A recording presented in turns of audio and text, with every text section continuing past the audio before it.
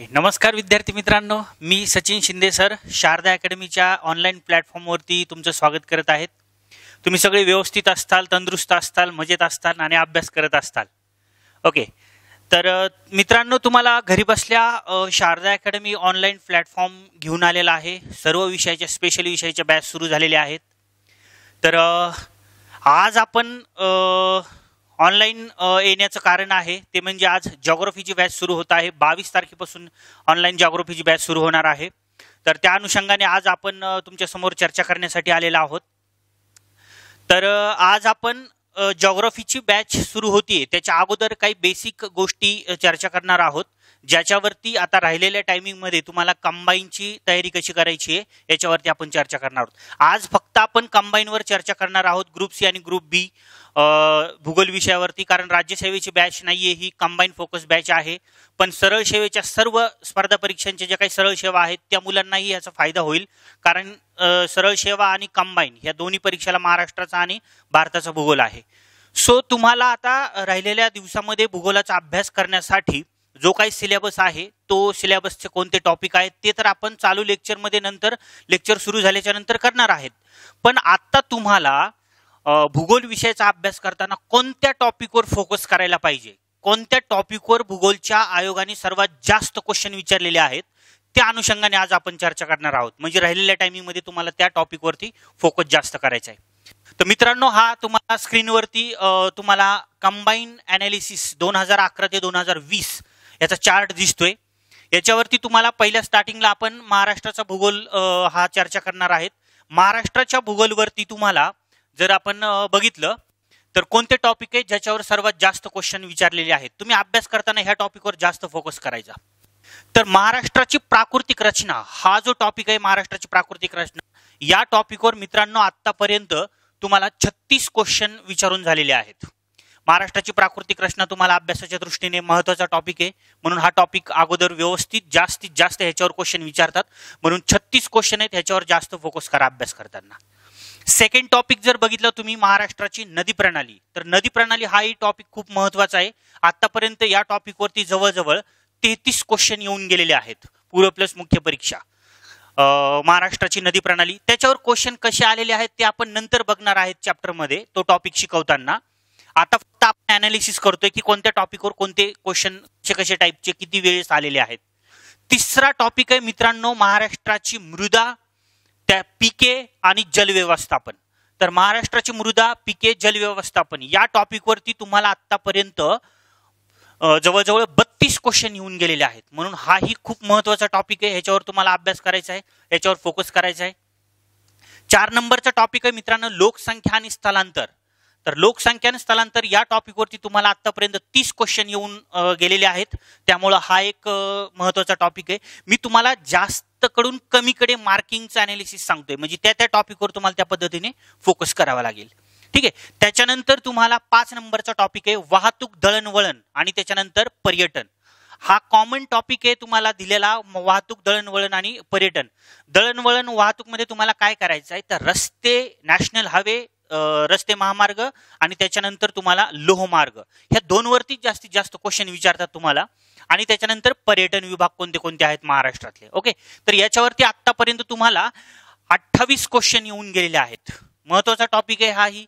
त्याच्यानंतर तुम्हाला मित्रांनो इकॉनॉमिक जिओग्राफी, आर्थिक भूगोल, महाराष्ट्रातला खनिज साधन संपत्ती आणि ऊर्जा साधने हा एक खूप महत्त्वाचा टॉपिक आहे।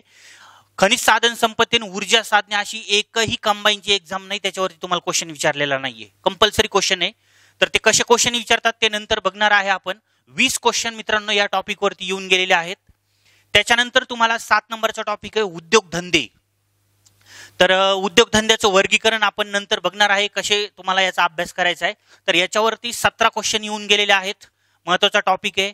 त्याच्यानंतर 8 नंबरचा टॉपिक आहे तुम्हाला वनसंपत्ती, त्याच्यानंतर राष्ट्रीय उद्याने आणि अभयारण्य हा क्वेश्चन आहे। याच्यावरतीही तुम्हाला क्वेश्चन विचारले जातात, महत्त्वाचे उद्याने आणि अभयारण्यावर जास्त क्वेश्चन विचारतात। कधी कधी तुम्हाला वनसंपत्ती, वनांचे प्रकार, वर्गीकरण विचारतात तुम्हाला, त्याच्यानंतर वनांचे वैशिष्ट्ये विचारतात, त्यात कोणत्या प्रकारचे वृक्ष आढळतात, त्याचे काय उपयोग आहेत, असे वेगवेगळे क्वेश्चन तुम्हाला विचारले जातील, ते नंतर आपण शिकूया। 14 क्वेश्चन येऊन गेलेले आहेत या टॉपिकवरती। त्याच्यानंतर तुम्हाला मित्रांनो 9 नंबर टॉपिक आहे हवामान। तर महाराष्ट्राचं हवामान या टॉपिकवरती तुम्हाला 13 क्वेश्चन येऊन गेलेले आहेत. महाराष्ट्राच्या हवामानावरती डॉक्टर त्रिवार्थ यांचं वर्गीकरण याच्यावर क्वेश्चन विचारतात आणि भारताचा हवामान अभ्यास करताना तुम्हाला कोपेनचं वर्गीकरण विचारतात. तर याच्यावरती बघूया पर्जन्य, वाऱ्याचे प्रकार, वातावरण ह्याच्यावर कसे कसे क्वेश्चन आलेले आहेत ते हवामानामध्ये आपण नंतर बघूया. 13 क्वेश्चन येऊन गेलेले आहेत. त्याच्यानंतर मित्रांनो प्रशासकीय विभाग, या प्रशासकीय विभागावरती तुम्हाला आतापर्यंत 14 क्वेश्चन येऊन गेलेले आहेत आणि प्रशासकीय विभाग हा तुम्हाला MPSC तुमची कंबाईन परीक्षा असेल तर एक क्वेश्चन फिक्स असतो तुम्हाला, म्हणून प्रशासकीय विभागाचा अभ्यास करताना तेही फोकस करा. त्याच्यावर कोणते कोणते टॉपिक वर क्वेश्चन आलेले आहेत, कसे सॉल्व्ह करायचे ते आपण नंतर बघूया. आणि शेवटचा टॉपिक आहे मित्रांनो महाराष्ट्राच्या भूगोलवरती स्थान, विस्तार, आकार, अक्षवर्ते, रेखावर्ते आणि महाराष्ट्राचं क्षेत्रफळ, म्हणजे महाराष्ट्राचं स्थान कुठे आहे, विस्तार किती आहे महाराष्ट्राचा, त्याच्यानंतर तुम्हाला महाराष्ट्राचा आकार कसा आहे, त्याच्यानंतर अक्षवर्त, रेखावर्त आणि क्षेत्रफळ, या सर्वांवर छोटे छोटे टॉपिकवर मिळून 10 क्वेश्चन आतापर्यंत आलेले आहेत. म्हणून हा क्वेश्चन जे आहेत एवढे टॉपिक आहेत मित्रांनो तुम्हाला ज्याच्यावरती क्वेश्चन आयोग विचारते, त्याच्यामुळे तुम्हाला अभ्यास करताना जे आहे ते या टॉपिकवर फोकस करायचा आहे. अदर तुम्हाला टॉपिक आहेत त्याचा अभ्यास करताना तुम्हाला फायदा होईनच, पण ते आपण टॉपिक नंतर बघणार आहेत. पण आता तुम्हाला एक्झामच्या दृष्टीने तुम्हाला कोणते कोणते टॉपिक महत्त्वाचे आहेत ते आपण बघत होतो. त्याच्यानंतर बघा आता आपण भारताचा भूगोल बघणार आहे. भारताच्या भूगोलावर सेम ॲनालिसिस तुम्हाला कसं आहे, किती क्वेश्चन येऊन गेलेले आहेत आतापर्यंत, या टॉपिकवरती कोणते कोणते टॉपिक महत्त्वाचे आहेत याच्यावर आपण चर्चा करणार आहोत. तर महाराष्ट्राचा भूगोल जसा बघितला आपण तसा भारताचा भूगोल बघा. भारताच्या भूगोलवरती तुम्हाला कोणते कोणते क्वेश्चन येऊन गेलेले आहेत तर त्याच्यावरती आपण चर्चा करणार आहोत. तर पहिला टॉपिक बघा भारताच्या भूगोलवरती राजकीय भूगोल. भारताचा राजकीय भूगोलमध्ये तुम्ही अभ्यास करताना काय करणार, कोणते टॉपिक तुम्हाला करायचे, तर राज्यांच्या सीमा असतील, भारत देशाला बाहेरच्या देशांच्या सीमा असतील, त्याच्यानंतर केंद्रशासित प्रदेश नव्याने आता निर्माण झालेले आहे, समुद्र किनारा असेल, भूसीमा असेल, असे वेगवेगळे टाईपचे क्वेश्चन आहेत. तर तुम्हाला याच्यावरती 7 क्वेश्चन मित्रांनो राजकीय भूगोलवरती येऊन गेलेले आहेत. त्याच्यानंतर प्राकृतिक रचना, प्राकृतिक रचनेवरती महत्त्वाचे टॉपिक आहे. ह्याच्यावरती म्हणजे भारताचा भूगोलाचा अभ्यास करताना भारताची प्राकृतिक रचना हे सगळ्यात महत्त्वाचा टॉपिक आहे. मग तुम्हाला उत्तरेकडील हिमालय पर्वत असेल, त्याच्यानंतर उत्तर भारतीय मैदानी प्रदेश असेल, द्विकल्पी पठारी प्रदेश असेल, त्याच्यानंतर पूर्व किनारपट्टी, पश्चिम किनारपट्टी आणि भारतीय बेटे, या 5 प्राकृतिक रचना तुम्हाला करायच्या होता मित्रांनो. याच्यावरती 12 क्वेश्चन आलेले आहेत. तर हा भारताच्या भूगोलमधला कंबाईनसाठी महत्त्वाचा टॉपिक आहे प्राकृतिक रचना. त्याच्यानंतर मित्रांनो भारताची नदी प्रणाली, कधी बी लक्षात घ्या कंबाईनच्या एक्झामला बऱ्याचशा वेळेस तुम्हाला भारताच्या नदी प्रणालीवरती क्वेश्चन विचारतात, जल व्यवस्थापन आणि नदी प्रणाली. मग त्या नदीवरचं कोणतं धरण असेल, मोठा धबधबा असेल, मागच्या वेळेसचा तुमचा क्वेश्चन तुम्हाला आठवत असेल, शिवसमुद्रम हा धबधबा कोणत्या नदी काठावरती आहे आणि भारतातला पहिला जलविद्युत प्रकल्प तुम्हाला कोणत्या नदीवरती होता, हा क्वेश्चन तुम्हाला विचारलेला होता. तर तुम्हाला भारताची नदी प्रणाली याच्यावरही क्वेश्चन विचारतात मित्रांनो. 10 क्वेश्चन आतापर्यंत येऊन गेलेले आहेत. त्याच्यानंतर भारतातला तुम्हाला महत्त्वाचा टॉपिक अभ्यास करायचा आहे दळणवळण, रस्ते, महामार्ग आणि लोहमार्ग. हा जो टॉपिक आहे तो महाराष्ट्राचं दळणवळण, रस्ते, महामार्ग आणि लोहमार्ग या दोघांचा कॉमन अभ्यास करायचा आहे तुम्हाला, कारण का दोघांवर कंपॅरेटिव्ह क्वेश्चन विचारतात. कारण जे भारतातले नॅशनल हायवे तेच महाराष्ट्रातून कोणते गेलेले आहेत, मग ते नॅशनल हायवे किती किलोमीटर लांबीचा आहे, त्या नॅशनल हायवेवरती प्रमुख शहरं कोणते आहेत, असे कोणते नॅशनल हायवे जोडले आहेत, उत्तर दक्षिण कॉरिडॉर, पूर्व पश्चिम कॉरिडॉर. त्याच्यानंतर मग तुम्हाला जो उत्तर दक्षिण कॉरिडॉर आहे किंवा भारतातला सर्वात जास्त लांबीचा लोहमार्ग आहे त्याच्यावरचे प्रमुख शहरं विचारतात तुम्हाला. चतुर्भुज चौकोन तुम्हाला कोणते 4 शहर जोडून तयार झालेला आहे, असं वेगवेगळे क्वेश्चन विचारतील तुम्हाला. तर बघूया दळणवळण, रस्ते, महामार्गावर लोहमार्ग सुद्धा तुम्हाला खूप महत्त्वाचे आहेत. कोकण रेल्वे विशेषतः त्याच्यावरती क्वेश्चन विचारतात तुम्हाला. आणि लोहमार्गावरती आता नव्याने क्वेश्चन विचारायला लागले, कोणत्या लोहमार्गावर कोणतं नॅशनल म्हणजे कोणतं शहर आहे. जसं की तुम्हाला मागच्या वेळेस एक क्वेश्चन विचारला होता की इकडे दौंड ते नाशिक या लोहमार्गावरती खालीलपैकी कोणतं शहर येत नाही. ओके, म्हणजे याच्यावरती क्वेश्चन विचारतायत. तर दळणवळण, रस्ते, महामार्ग भारताचा आणि महाराष्ट्राचा कॉमन तयार करा, पण याच्यावरती तुम्हाला 13 क्वेश्चन येऊन गेलेले आहेत भारताच्यावरती. ओके, त्याच्यानंतर 5व्या नंबरचा टॉपिक आहे व्यापार आणि उद्योगधंदे. व्यापार आणि उद्योगधंदे भारताचा अभ्यास करताना याचा सुद्धा अभ्यास रिलेटेड महाराष्ट्रासोबतच करायचा आहे. दोघांचा कॉमन 8 क्वेश्चन याच्यावरती सुद्धा येऊन गेलेले आहेत. मग तुम्हाला उद्योगांचं वर्गीकरण, व्यापाराचं वर्गीकरण करायचंय. प्रथम उद्योग, द्वितीय उद्योग, तृतीय उद्योग, चतुर्थ, मग त्याच्याशी रिलेटेड कोणते कोणते शहर आहेत. साखर उद्योग असेल, सुती वस्त्र उद्योग असेल, कापड उद्योग असेल, लोहपोलाद उद्योग असेल, असे वेगवेगळ्या प्रकारचे उद्योग तुम्हाला बघायचे. तर त्याच्यासाठी कोणते शहर अग्रेसर आहेत, कोणत्या शहरात हे यांचं सगळ्यात जास्त हे आहे, म्हणजे कोणता उद्योग कोणत्या शहरामध्ये प्रसिद्ध आहे, नाही का, त्यांचं जाळं कुठे सर्वात जास्त पसरलेलं आहे. त्याच्यानंतर मित्रांनो तुम्हाला शेवटचा भारताच्या भूगोलमधला टॉपिक आहे वनसंपत्ती. वनसंपत्ती खूप कमी विचारलाय, 2च क्वेश्चन आतापर्यंत येऊन गेलेले आहेत. तेही तुम्हाला या वनातल्या वृक्षांची नावं विचारलेले होते.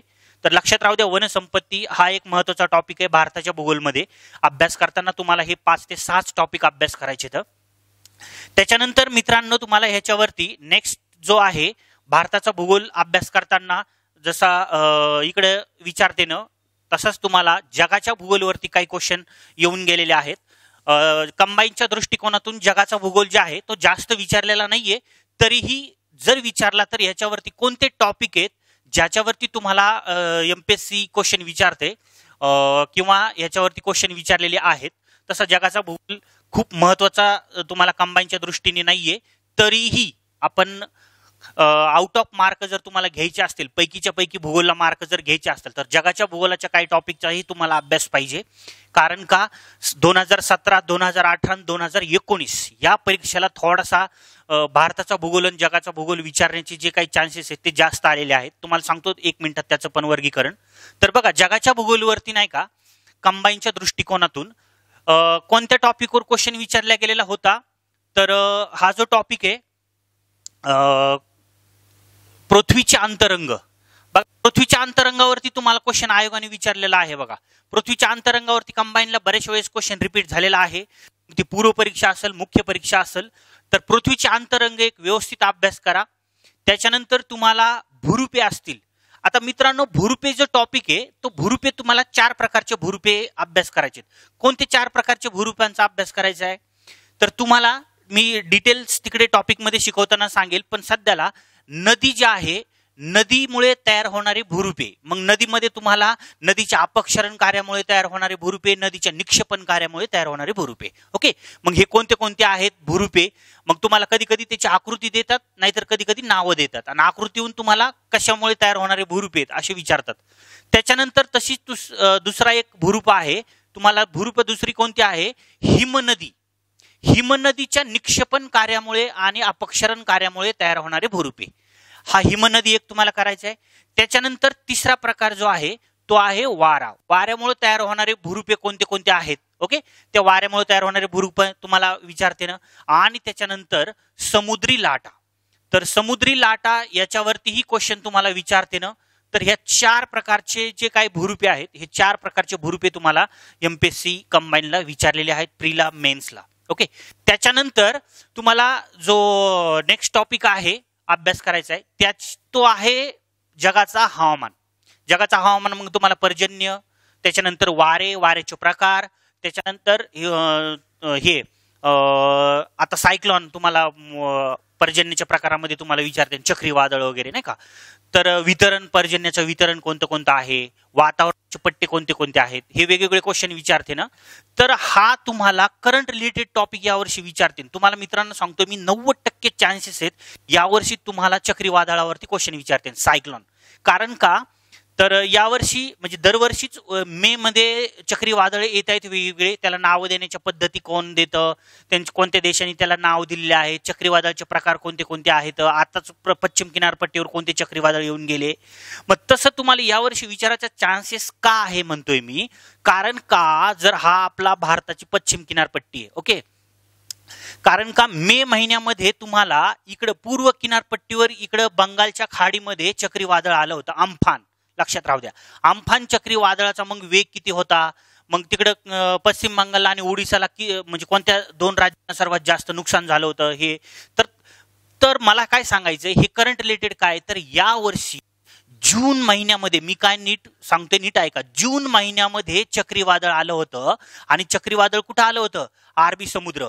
कारण का, आतापर्यंत पश्चिम किनारपट्टीवर भारताच्या कोणतंही चक्रीवादळ आलं नव्हतं. हे चक्रीवादळ यावर्षी आलंय ते जून महिन्यामध्ये, कारण मे महिन्यामध्ये चक्रीवादळ येत असतात. यावर्षी जून महिन्यामध्ये आलंय चक्रीवादळ आणि तेही तुम्हाला पश्चिम किनारपट्टीवरती आलंय. इकडनं आलंय चक्रीवादळ, असा प्रवेश केला होता.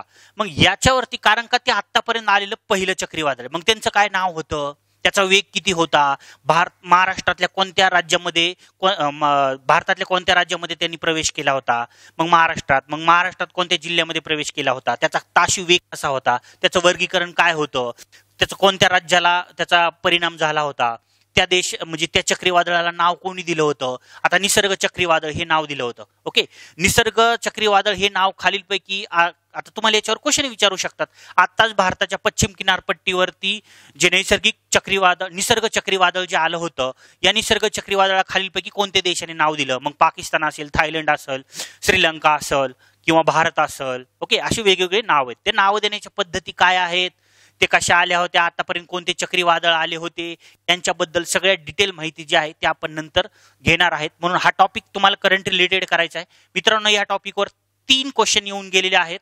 महत्वाचा टॉपिक आहे, पण तुम्हाला महाराष्ट्राचा हवामान, भारताचा हवामान टॉपिक अभ्यास करायचा आहे ना, तर त्याच्यासाठी तुम्हाला जगाचं हवामान अगोदर माहित पाहिजे, मग तुम्हाला महाराष्ट्राचं आणि भारताचं हवामान कळेल. ओके, आणि महाराष्ट्राच्या हवामानासंदर्भात चर्चा करताना महाराष्ट्रातल्या आणि जगातल्या पर्जन्याचे प्रकार हे नीट अभ्यास करायचे. मग प्रतिरोध पर्जन्य काय असतं, ओके, आवर्षणग्रस्त पर्जन्य, हे असं तुम्हाला क्वेश्चन विचारते ना, तर ते आपण बघूया नंतर डिटेल. आता सध्याला अनालिसिस बघतोय आपण. तर जगाचा अभ्यास करताना तुम्हाला एवढ्या टॉपिक वरती फोकस करायचा आहे. ओके, तर हा जो आहे हा महत्वाचे टॉपिक होते, मी तुम्हाला सांगितले. तर या टॉपिकचा अभ्यास करताना तुम्हाला कशावरती फोकस करायचा आहे तर लक्षात राहू द्या. तर ते आता मी जे टॉपिक सांगितले ह्याच्यावरती तुम्ही जास्तीत जास्त फोकस करा. आता आज आपण जी चर्चा करणार आहोत तर ती आहे कंबाईन दृष्टिकोनातून महाराष्ट्राचा भूगोल आणि भारताचा भूगोल. ठीक आहे, तर तुम्हाला आपण जी काही नवीन बॅच सुरू होतीये, या अनुषंगाने नवीन बॅच सुरू करताना तुम्हाला बॅच जे आहे भूगोल, महाराष्ट्राचा भूगोल, भारताचा भूगोल, या अभ्यास करताना तुम्हाला नेमकं कोणत्या विषयाच्या कोणत्या टॉपिकवर फोकस करायचा होता आणि कोणते महत्त्वाचे टॉपिक आहेत ह्याच्यावर आपण चर्चा केली होती. ओके, आता आपली जी बॅच आहे याच्यामध्ये मी काय घेणार आहे, तुम्हाला अभ्यास कसा करायचा आहे महाराष्ट्राच्या भूगोलचा, भारताच्या भूगोलचा, बॅच लावली तर तुमचा काय फायदा होणार आहे याच्यावरती 5 मिनिट आपण चर्चा करूया. तर कंबाईन फोकस आपण बॅच सुरू करतोय महाराष्ट्राचा भूगोल. याच्यावरती मी प्रत्येक टॉपिक तुम्हाला जे आहे ते डायग्रामॅटिकल पद्धतीने घेणार आहे. सगळे जे टॉपिक आहेत उपघटक ते सगळे नकाशामध्येच बसून शिकवणार आहे.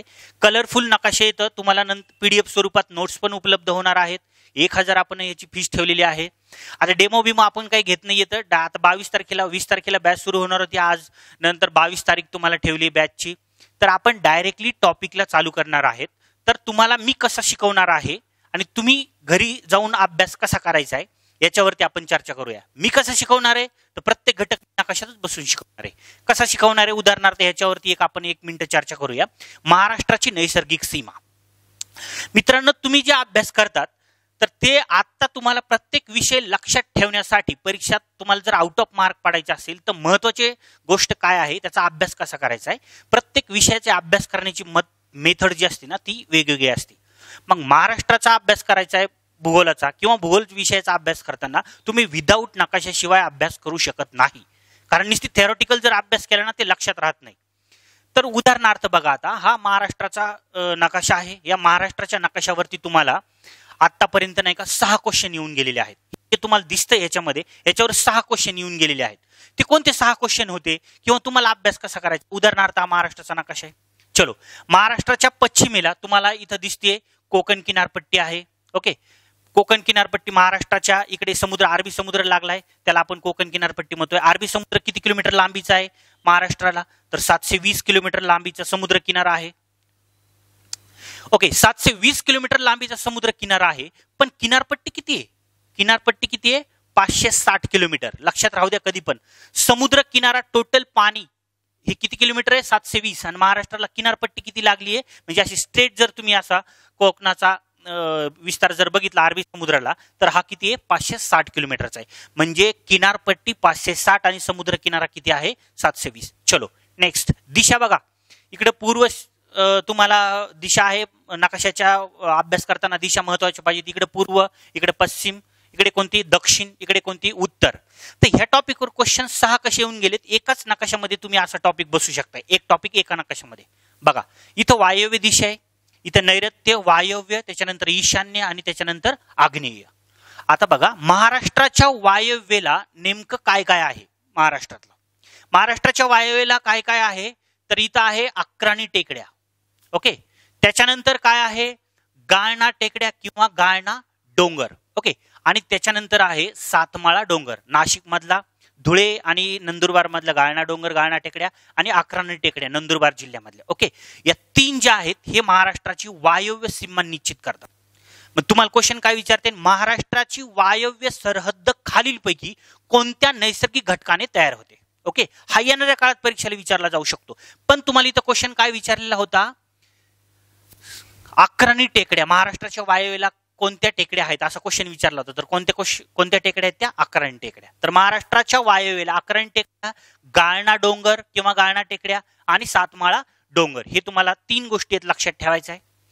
त्याच्यानंतर महाराष्ट्राच्या उत्तरेला पश्चिमेकडून पूर्वेकडे असा 900 किलोमीटर लांबीचा सातपुडा पर्वत पसरलेला आहे. महाराष्ट्राच्या उत्तरेला कोणता पर्वत आहे, सातपुडा पर्वत. सातपुडा पर्वत कोणीकडे पसरलाय म्हणतोय मी, पश्चिमेकडून पूर्वेकडे.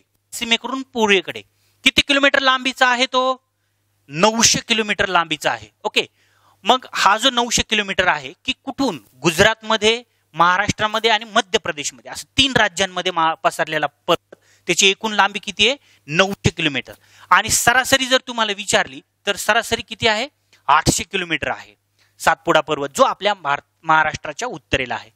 त्याच्यानंतर तुम्हाला उंची किती आहे सातपुडा पर्वताची, तर उंची आहे तुम्हाला 1000 किलोमीटर, 1000 मीटर. म्हणजे तुम्हाला क्वेश्चन काय विचारते, सातपुडा पर्वता संदर्भात खालीलपैकी कोणती विधानं हे बिनचूक आहेत. तर लक्षात काय ठेवायचे, महाराष्ट्राच्या उत्तरेला कोणता पर्वत आहे, सातपुडा पर्वत. सातपुडा पर्वताची एकूण लांबी किती आहे, 900 किलोमीटर. महाराष्ट्रातलं म्हणजे सरासरी लांबी किती आहे, 800 किलोमीटर. सातपुडा पर्वताची उंची किती आहे, 1000. ओके. आणि त्याच्यानंतर सातपुडा पर्वताची अशी रुंदी तुम्हाला विचारते ना, तर रुंदी तुम्हाला इथे दिलेली आहे. रुंदी आहे 160 किलोमीटर. ओके. लांबी, रुंदी, त्याच्यानंतर उंची, किती राज्यात पसरलाय. आणि सातपुडा पर्वताचा आकार मित्रांनो लक्षात घ्या, सातपुडा पर्वताचा आकार हा पश्चिमेकडून पूर्वेकडे पसरलाय आणि त्याचा तीव्र उतार कुणीकडे, दक्षिणेकडे. म्हणजे त्याचा तीव्र उतार दक्षिणेकडे आणि मंद उतार कुणीकडे, उत्तरेकडे. मित्रांनो मग ही आकृती कसली तयार झाली आहे, त्रिकोणी का उलटी त्रिकोणी, तर उलटा त्रिकोणी. म्हणजेच याचा अर्थ सातपुडा पर्वताचा आकार कसा आहे, उलटा त्रिकोणी. म्हणजे उत्तरेला त्याची रुंदी जास्त आणि तो दक्षिणेला अरुंद आहे. म्हणजे महाराष्ट्राच्या सीमाकडे म्हणजे महाराष्ट्राकडे त्याचा तीव्र उतार आहे आणि उत्तरेला म्हणजे मध्य प्रदेशमध्ये त्याचा मंद उतार आहे. पण तो पसरला आहे कुणीकडे, पश्चिमेकडून पूर्वेकडे. काही पुस्तकात तुम्हाला पूर्वेकडून पश्चिमेकडे दिलाय. तर लक्षात घ्या, पश्चिमेकडून पूर्वेकडे किती किलोमीटर, 900 किलोमीटर. चलो, त्याचा आकार कसला आहे, उलटा त्रिकोणी. आता महत्वाचा पॉइंट आहे की सातपुडा पर्वत जो महाराष्ट्राच्या उत्तरेला आहे, तो सातपुडा पर्वत महाराष्ट्राच्या उत्तरेला महाराष्ट्रामध्ये काही जिल्ह्यांमध्ये आलाय. मग त्या जिल्ह्यांमध्ये सातपुडा पर्वताच्या भागाला काय म्हणतात, तीच आपली नैसर्गिक सीमा आहे महाराष्ट्राच्या उत्तरेकडची. मागच्या वर्षीचाच मेन्सचा प्रश्न आहे बरं का, लक्षात राहू द्या. महाराष्ट्राची उत्तर सरहद्द खालीलपैकी कशाने निश्चित होते, म्हणजे उत्तरेला काय आहे असा प्रश्न विचारला होता. तर पहिला तर तुम्हाला मिळाला, सातपुडा पर्वत आहे. सातपुडाचा काही भाग महाराष्ट्रातल्या ज्या जिल्ह्यात आलाय त्या जिल्ह्यामध्ये त्याला काय म्हणतात. उदाहरणार्थ तुमचा हा नंदुरबार जिल्हा आहे उत्तरेला. ओके. इथं नंदुरबार जिल्हा आहे. तर नंदुरबार जिल्ह्यामध्ये जर तुम्हाला नकाशा स्पष्ट दिसत नसेल तर लक्षात घ्या. आता इथं फॉर एक्झाम्पल आपण महाराष्ट्राचा नकाशा मी तुम्हाला थोडासा डार्क करून दाखवतोय. ओके. हा महाराष्ट्राचा नकाशा. हा, आता तुम्हाला इथं स्पष्ट दिसत असेल महाराष्ट्राचा नकाशा. महाराष्ट्राच्या उत्तरेला आता आपण बघितला सातपुडा पर्वत, इथं नंदुरबार जिल्हा आहे. नंदुरबार जिल्ह्यामध्ये सातपुड्याचा भाग जो आहे त्याला काय म्हणतात, तर लक्षात घ्या, इथं तुम्हाला आस्तंबा डोंगर आहे. कोणता डोंगर आहे, आस्तंबा डोंगर. त्याच्यानंतर तोरणमाळ पठार, इथं दुसरं एक पठार आहे, ते कोणतं आहे, तोरणमाळ. तोरणमाळ पठार. ओके. आणि अजून एक पठार आहे इथं, काठी धडसगाव पठार. काय नाव आहे त्याचं? काठी धडसगाव पठार. एवढे 3 पार्ट आहेत जे सातपुडा पर्वतात महाराष्ट्राच्या उत्तरेला आहेत. आणि दुसरा पॉइंट, आस्तंबा डोंगरामध्ये एक उंच शिखर आहे, ते म्हणजे कोणते? आस्तंबाच. आणि त्याची उंची किती आहे? 1325. म्हणजे आस्तंबा डोंगरातलं सर्वात उंच शिखर खालीलपैकी कोणतं, असं जर तुम्हाला क्वेश्चन विचारला तर कोणतं शिखर आहे? आस्तंबा. उंची किती आहे? 1325 मीटर. त्याच्यानंतर इथं तोरणमाळ पठार आहे. त्या तोरणमाळ पठाराची उंची किती आहे? कारण तोरणमाळ पठारामध्ये सुद्धा एक उंच शिखर आहे आणि ते सुद्धा तोरणमाळच आहे. त्याची उंची किती आहे? 1036 मीटर. म्हणजे सातपुडा पर्वताचा काही भाग नंदुरबार जिल्ह्यामध्ये आलाय. नंदुरबार जिल्ह्यामध्ये आस्तंबा डोंगर, आस्तंबा डोंगरात आस्तंबा शिखर, त्याची उंची आहे 1325 मीटर. तिथं तोरणमाळ पठार आहे. तोरणमाळ पठारामध्ये एक तोरणमाळ नावाचं शिखर आहे, त्याची उंची आहे 1036 मीटर. चला, आणि काठी धडसगावचे पठार. हे झालं 3 जे नंदुरबार जिल्ह्यामध्ये. चला पुढे गेल्याच्या नंतर तुम्हाला जळगाव जिल्ह्यामध्ये जो काही भाग आलेला आहे, त्या जळगाव जिल्ह्यामध्ये एक खिंड मित्रांनो तुम्हाला आहे, जी की महाराष्ट्र आणि मध्य प्रदेशच्या सीमावरती एक खिंड आहे. तिचं काय नाव आहे? तिचं नाव आहे बऱ्हाणपूर. कोणती खिंड आहे? बऱ्हाणपूर खिंड. आता ह्या खिंडीचा काय संबंध? खिंड कशामुळे एवढी महत्वाची आहे? तर मित्रांनो याच्यावरती क्वेश्चन विचारलेले आहेत आणि आता तुम्हाला इथून पुढे सुद्धा विचारले जाऊ शकतात. काय महत्वाचे 2 पॉइंट लक्षात ठेवायचे? बऱ्हाणपूर खिंडमध्ये तापी नदी दुसऱ्यांदा महाराष्ट्रामध्ये प्रवेश करते. उदाहरणार्थ इथं तापी नदीचा उगम आहे. ही तापी नदी अशी महाराष्ट्रात अमरावती जिल्ह्यामध्ये आली. अमरावती जिल्ह्यातून 49 किलोमीटर वाहतीये. अमरावती जिल्ह्यातूनच नंतर बाहेर जाती आणि पुन्हा तापी नदी कुठं येते? जळगाव जिल्ह्यामध्ये रावेर तालुक्यामध्ये ती इथं महाराष्ट्रामध्ये बऱ्हाणपूर खिंडमध्ये काय होते? महाराष्ट्रात दुसऱ्यांदा प्रवेश करते. ह्याच्यासाठी महत्वाचं आहे. दुसरा महत्वाचा पॉइंट आहे की या खिंडीतून मध्य प्रदेश आणि महाराष्ट्रात रस्ते, महामार्ग आणि लोहमार्ग गेलेले आहेत. कोणत्या खिंडीतून? मध्य प्रदेश आणि म्हणजे महाराष्ट्रातून मध्य प्रदेशमध्ये लोहमार्ग, रस्ते, महामार्ग गेलेत असं तुम्हाला विचारता येईल. कारण तुम्हाला पश्चिम किनारपट्टीवरती इकडे खाली दक्षिणेकडे केरळ आणि तमिळनाडूच्या दरम्यान कोणती खिंड आहे? पालघाट खिंड. जशी तशी तुम्हाला ही खिंड विचारल्या जाऊ शकतो. म्हणून महाराष्ट्राच्या उत्तरेला जळगाव जिल्ह्यामध्ये ही खिंड आहे. ही खिंड एक महत्वाचा पॉइंट आहे. हा एक तुम्हाला महत्वाचा पॉइंट लक्षात ठेवायचा आहे. त्याच्यानंतर मित्रांनो तुम्हाला इथे काय दुसरी नैसर्गिक सीमा आहे? तर दुसरी नैसर्गिक सीमा म्हणजे महाराष्ट्राच्या उत्तरेला काय आहे? तर बघा, बऱ्हाणपूर खिंड बघितली. अमरावती जिल्ह्यामध्ये काही भाग आलाय. अमरावती जिल्ह्यामध्ये सातपुड्याचा जो काही भाग आहे त्याला काय म्हणतात? तर इथं काय दिले तुम्हाला? गाविलगडचे डोंगर किंवा गाविलगडच्या टेकड्या. त्याच्यानंतर गाविलगड डोंगराच्या किंवा टेकड्याच्या दक्षिणेला मेळघाटचे डोंगर आहेत. ओके. हे दोन्ही भाग जे आहेत ते सातपुडा पर्वतातले आहेत. महाराष्ट्रातलेच आहेत नंदुरबार, अमरावती जिल्ह्यामध्ये, पण ह्याचा समावेश कशामध्ये होतोय? सातपुडा पर्वत होतोय. मित्रांनो इकडे आस्तंबा डोंगरात एक शिखर बघितलं, तसंच गाविलगडच्या टेकड्या किंवा गाविलगडच्या डोंगरामध्ये एक तुम्हाला शिखर पाहायला भेटल. त्याला काय म्हणतात? त्याचं नाव काय आहे? वैराट शिखर. काही पुस्तकात बैराट झाले, तर ते वैराट शिखर आहे. याची उंची एकदम सोपी आहे, 1177. गाडी नंबर 111177, 1177 वैराट शिखराची उंची. त्याच्यानंतर तुम्हाला गाविलगडच्या डोंगराच्या दक्षिणेला मेळघाटचे डोंगर, मेळघाटच्या डोंगराच्या तिथेच एक तुम्हाला थंड हवेचं ठिकाण पाहायला भेट. सगळ्यांना माहिती आहे कोणते? चिखलदरा. याला विदर्भाचे नंदनवन म्हणतात. क्वेश्चन लक्षात राहू द्या. एकमेव असं ठिकाण आहे विदर्भातलं जे थंड हवेचं ठिकाण आहे, त्याला काय म्हणतात? चिखलदरा. त्याचं नाव आहे चिखलदरा. आणि चिखलदऱ्याची उंची जी आहे ती आहे 1115. काही पुस्तकात तुम्हाला मित्रांनो 1117 दिली, तर 1115 ही फायनल ठेवा. 1115 त्याची उंची आहे. 2016ला महाराष्ट्र सरकारने काय केलं होतं? 2016 पासून ज्याची उंची 1000 मीटर आहे, 1000 मीटर प्लस, त्या सगळ्यांना शिखराचा दर्जा नाव देऊन टाकलाय. म्हणून अचानक शिखर तयार झालेत. आता लय मोठे जुनेच आहेत, फक्त आता 1000 मीटर उंची म्हणून त्यांची संख्या जास्त झाली. तसं मग चिखलदरा पहिलं थंड हवेचं ठिकाण तर आहेच आहे, त्याला नंदनवन म्हणतात, पण आता त्याला शिखराचा दर्जा मिळालाय म्हणून त्याची उंची लक्षात राहू द्या. 1115 त्याची उंची आहे. हे झालं अमरावती जिल्ह्यामध्ये तुम्हाला गाविलगडच्या टेकड्या, गाविलगडचे डोंगर, त्याच्यामध्ये वैराट शिखर 1177, मेळघाटचे डोंगर आणि चिखलदरा, हे सातपुड्यातला काही भाग अमरावतीमध्ये आला होता. आता मित्रांनो गाविलगडच्या पूर्वेला आणि महाराष्ट्राच्या पूर्वेकडचे जे जिल्हे आहेत जसं की नागपूर असेल, भंडारा असेल, गोंदिया यांच्या उत्तरेला काही नैसर्गिक घटक आहेत. हे तुम्हाला मित्रांनो कधी बी लक्षात राहू दे, हे विचारते येणाऱ्या काळात परीक्षेला. तर काय मग महाराष्ट्राच्या उत्तरेला, अतिपूर्वे विदर्भाच्या उत्तरेला, तर गाविलगडचे जे काही डोंगर आहेत किंवा टेकड्या त्याच्या पूर्वेला आणि नागपूर, भंडारा, गोंदियाच्या उत्तरेला काय आहेत, तर इथं आहे महादेव डोंगर. कोणते डोंगर आहेत? महादेव डोंगर. महादेव डोंगर कुणीकडून कुणीकडे पसरले तर उत्तरेकडून दक्षिणेकडे. ओके. आणि महादेव डोंगराच्या पूर्वेला काय आहे, तर महादेव डोंगराच्या पूर्वेला इथं आहेत मैकल पर्वत. भारतामध्ये तुम्ही बघितला असेल, पण हे महादेव डोंगर आणि मैकल पर्वत हे मध्य प्रदेश मधले, हे दोन्ही उत्तरेकडून दक्षिणेकडे पसरलेत. पण मित्रांनो याचा सुद्धा उतार, तीव्र उतार जो आहे तो कुणीकडे, दक्षिणेकडे, आणि मंद उतार उत्तरेकडे. म्हणून हा उत्तरेकडून दक्षिणेकडे पसरला आणि ह्याचा महाराष्ट्रामध्ये काही भाग आलाय उतार.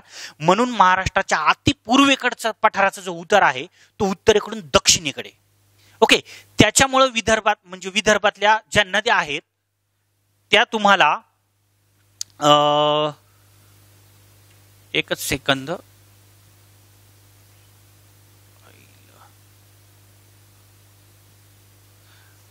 तर विदर्भातल्या ज्या नद्या आहेत त्या तुम्हाला ज्या कोणत्या वाहिनी आहेत त्या उत्तरेकडून दक्षिणेकडे वाहतात. ओके. उत्तरेकडून दक्षिणेकडे वाहतात जर तुम्हाला विचारलं, कारण का महाराष्ट्राच्या पूर्वेचा जो विदर्भ आहे त्याच्या उत्तरेला महादेव डोंगर आणि त्याच्यानंतर मैकल पर्वत हे दोन पर्वतरांगा आहेत.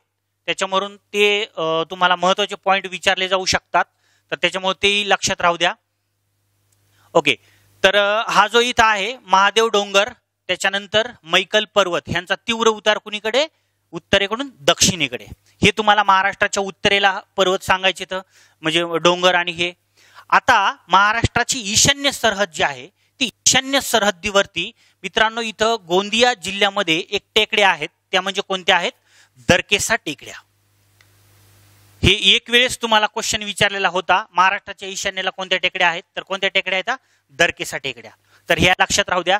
म्हणजे महाराष्ट्राची उत्तर सरहद, आता एमपीसीने जो प्रश्न विचारला होता त्याचं उत्तर आता ह्याच्यामध्ये काय प्रश्न होता, महाराष्ट्राच्या उत्तरेला खालीलपैकी कोणते पर्वत किंवा कोणते डोंगर आहेत असा प्रश्न विचारला होता. तर तिथं ऑप्शन तुम्हाला वेगवेगळं दिलं होतं.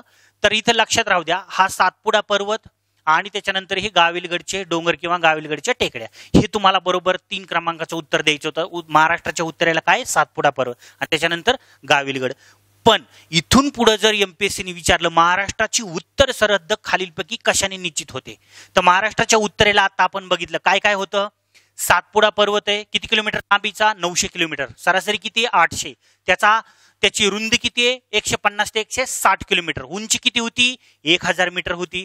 आणि कुणीकडून कुणीकडे पसरला होता, पश्चिमेकडून पूर्वेकडे. किती राज्यामध्ये, 3. कोणत्या कोणत्या, इथं गुजरात, त्याच्यानंतर मध्य प्रदेश आणि त्याच्यानंतर महाराष्ट्र, 3 राज्यामध्ये पसरलाय. त्याचा काही भाग महाराष्ट्रात आला होता.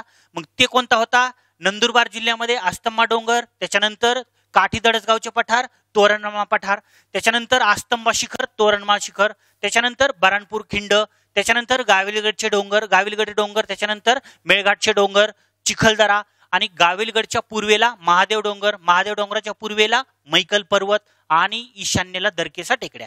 एवढा आहे महाराष्ट्राच्या उत्तर सीमेवरती.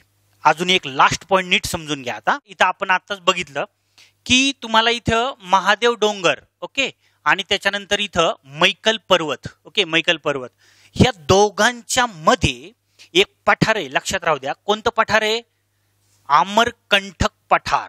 इथं कोणतं पठार आहे, अमरकंटक पठार. आणि ह्या अमरकंटक पठारामध्ये एक उंच शिखर आहे, त्याचं नाव आहे धूपगड. हे धूपगड शिखर जे आहे त्याची उंची किती आहे, तर त्याची उंची आहे 1350 मीटर. अमरकंटक पठारामध्ये एक उंच शिखर आहे, त्याचं नाव काय, धूपगड, आणि धूपगडाची उंची किती, 1350 मीटर. मित्रांनो इथं तुम्हाला एक क्वेश्चन असा निर्माण होतोय की सातपुडा पर्वतातील शिखरांचा उंचीनुसार क्रम लावा, किंवा सातपुडा पर्वतातील शिखर म्हणजे सातपुडा पर्वतातील कोणते शिखर आहेत. तुम्हाला असं क्वेश्चन विचारते की कोणत्या शिखर सातपुडा पर्वतातलं नाही. इकडे लक्ष द्या. आता सातपुडा पर्वतात कोणते शिखर आहेत आता आपण बघितलं. सातपुडा पर्वतातील शिखरांचा उंचीनुसार क्रम लावा. सगळ्यात उंच शिखर कोणतं आहे? धूपगड. म्हणजे पहिलं शिखर तुम्हाला सांगायचं आहे कोणतं? धूपगड. सातपुडा पर्वतातल्या शिखराचा उंचीनुसार क्रम लावा. का? याची उंची किती आहे? 1350 मीटर. त्याच्यानंतर सातपुडा पर्वतातलं दुसरं शिखर इथं आपण बघितलं आस्तंबा डोंगरामध्ये एक शिखर होतं, त्याचं नाव कोणतं? आस्तंबा. ओके, आस्तंबा शिखर, त्याची उंची किती आहे? 1325 मीटर. त्याच्यानंतर दुसरं शिखर कोणतं आहे? वैराट. हे सगळे महाराष्ट्रातलेच आहेत, तरी पण तुम्हाला सातपुडा पर्वतातलं विचारलं हे तर वैराट शिखराची उंची किती? 1077 आपण सांगितली होती, म्हणून हे तिसऱ्या क्रमांकाचं शिखर. त्याच्यानंतर कोणतं शिखर आहे? त्याच्यानंतर आहे तुम्हाला इथं तोरणमाळ. तोरणमाळ आहे, ह्याची किती उंची आहे? 1036 मीटर. आणि जर तोरणमाळच्या अगोदर म्हणजे इथं जर तुम्हाला चिखलदरा जर नाव जर ऑप्शन मध्ये असेल तर चिखलदरा ही तुम्हाला देऊ शकते, पण तुम्हाला हे 4 देते आणि हे 4चं नीट लक्षात राहू द्या.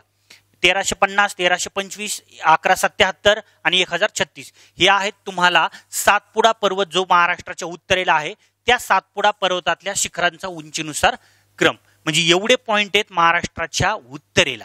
आता महाराष्ट्राच्या पूर्वेला काय? महाराष्ट्राची पूर्व सरहद जी ती कशाने निश्चित होते? तर महाराष्ट्राच्या पूर्वेला उत्तरेकडून दक्षिणेकडे काही डोंगर आणि टेकड्या आहेत. आता मित्रांनो, ह्याच्यातले जे काही डोंगर आणि टेकड्या जे सांगतोय ते सगळ्या पुस्तकांमध्ये नाही दिलेले. सगळ्यांना माहिती आहे महाराष्ट्राची पूर्व सरहद्द कोणत्या नैसर्गिक घटकाने तयार होते किंवा महाराष्ट्राच्या पूर्वेला काय, सगळ्यांना माहिती आहे. चिरोली टेकड्या, त्याच्यानंतर टिपागड डोंगर, त्याच्यानंतर सुरजागड, भामरागड. पण आता हे सगळ्याला माहिती आहे, याच्या व्यतिरिक्त तुम्हाला काय लक्षात ठेवायचे? तर महाराष्ट्राच्या पूर्वेला उत्तरेकडून दक्षिणेकडे ज्या टेकड्या आणि डोंगर आहेत ते बघा. पहिला तुम्हाला दिलेला आहे ते म्हणजे टिपागडचे डोंगर.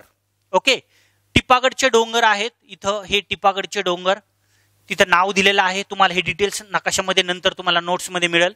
टिपागडच्या नंतर काय आहे तर आहे चिरोली टेकड्या. टिपागडचे डोंगर, त्याच्या खाली कोणत्या आहेत? चिरोली टेकड्या.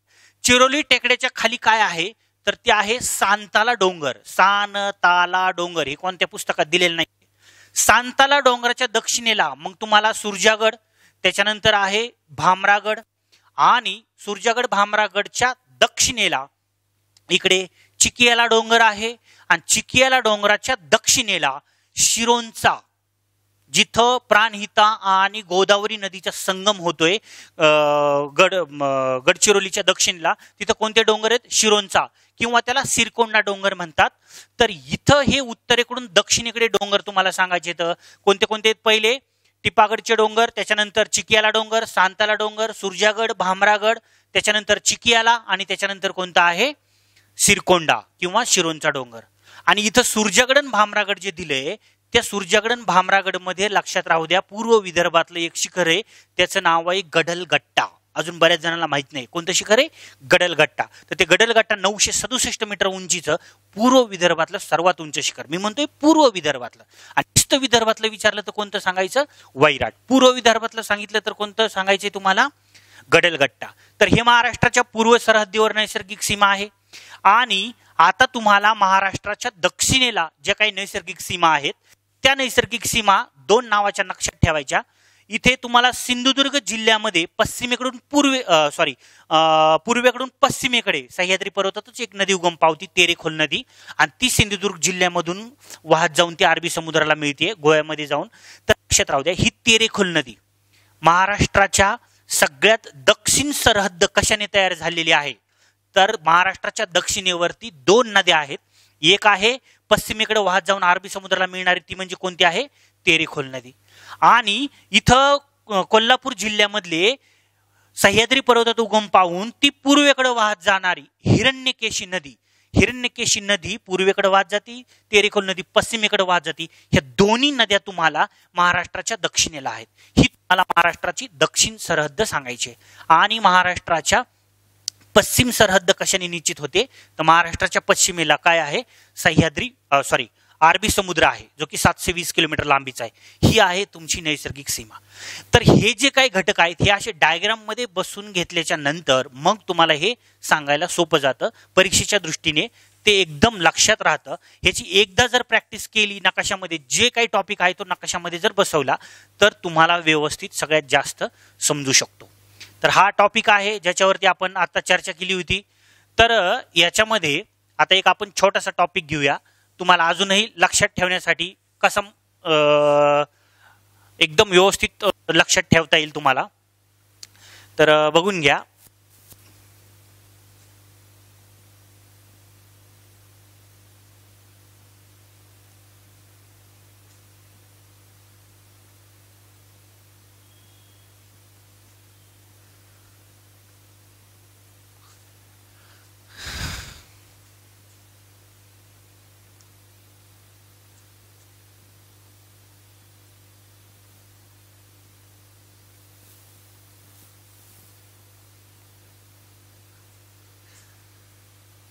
ओके, तर हा महाराष्ट्राचा नकाशा आहे. ह्याच्यावरती तुम्हाला कोणते कोणते क्वेश्चन्स येऊ शकतात आणि कसे लक्षात ठेवायचे तर लक्षात घ्या.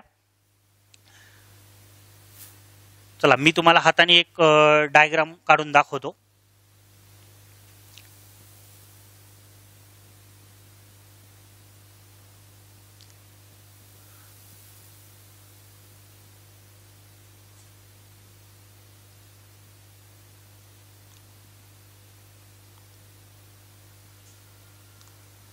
उदाहरणार्थ हा महाराष्ट्राचा नकाशा आहे. ओके, महाराष्ट्राच्या नकाशामध्ये तुम्ही बघितलंय भारताची तुम्हाला महाराष्ट्राची प्राकृतिक रचना जी आहे त्यात 3 घटक अभ्यास करायचे, पण मी तुम्हाला 4 घटक सांगेल.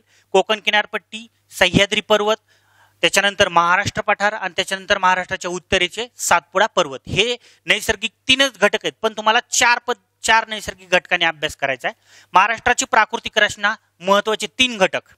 आता बघा महत्वाचे 3 घटक कोणते कोणते आहेत. तर महाराष्ट्राच्या पश्चिमेला महाराष्ट्राची पश्चिम सरहद्द जी आहे ती इकडे कोणत्या आहेत, कोकण किनारपट्टी. महाराष्ट्राच्या पश्चिमेला काय आहे, कोकण किनारपट्टी. ही आपली पहिली हे नैसर्गिक घटक आहेत प्राकृतिक रचनेमधले. त्याच्यानंतर महाराष्ट्राची दुसरा प्राकृतिक रचना कोणती आहे तर ती आहेत सह्याद्री पर्वत, यालाच पश्चिम घाट आपण म्हणतो. महाराष्ट्राच्या दुसरी प्राकृतिक रचना कोणती आहे, सह्याद्री पर्वत. सह्याद्री पर्वतालाच पश्चिम घाट नाव आहे. तर ते ह्यांच्याबद्दल आपण चर्चा नंतर बघूया डिटेलमध्ये. ही महाराष्ट्राची दुसरी प्राकृतिक रचना. तर तिसरी प्राकृतिक रचना कोणती आहे तर इकडे लक्ष द्या. आता इथून तुम्हाला हे इथपर्यंत पूर्व महाराष्ट्राचा जो बघितला गडचिरोली पर्यंत किंवा तिकडे गोंदियापर्यंत हा राहिलेला भाग जो आहे ती महाराष्ट्राची प्राकृतिक रचना क्रमांक 3 आहे. ती म्हणजे कोणती आहे, महाराष्ट्र पठार. ओके, महाराष्ट्र पठार. दुसरं काय नाव आहे, दख्खनचे पठार. तर काय नाव पडलं दख्खनचं पठार. उदाहरणार्थ ही महाराष्ट्राची प्राकृतिक रचना 3. तर याच्यामध्ये आपण थोडक्यात बघूया की तुम्हाला अभ्यास कसा लक्षात ठेवायचा आहे. नेमकं तुम्ही अभ्यास करताना अभ्यास कसा करायचा, जे पुस्तकात दिले ते तुम्हाला मॅपिंग मध्ये बसवता आलं पाहिजे, म्हणजे बरोबर लक्षात येतो.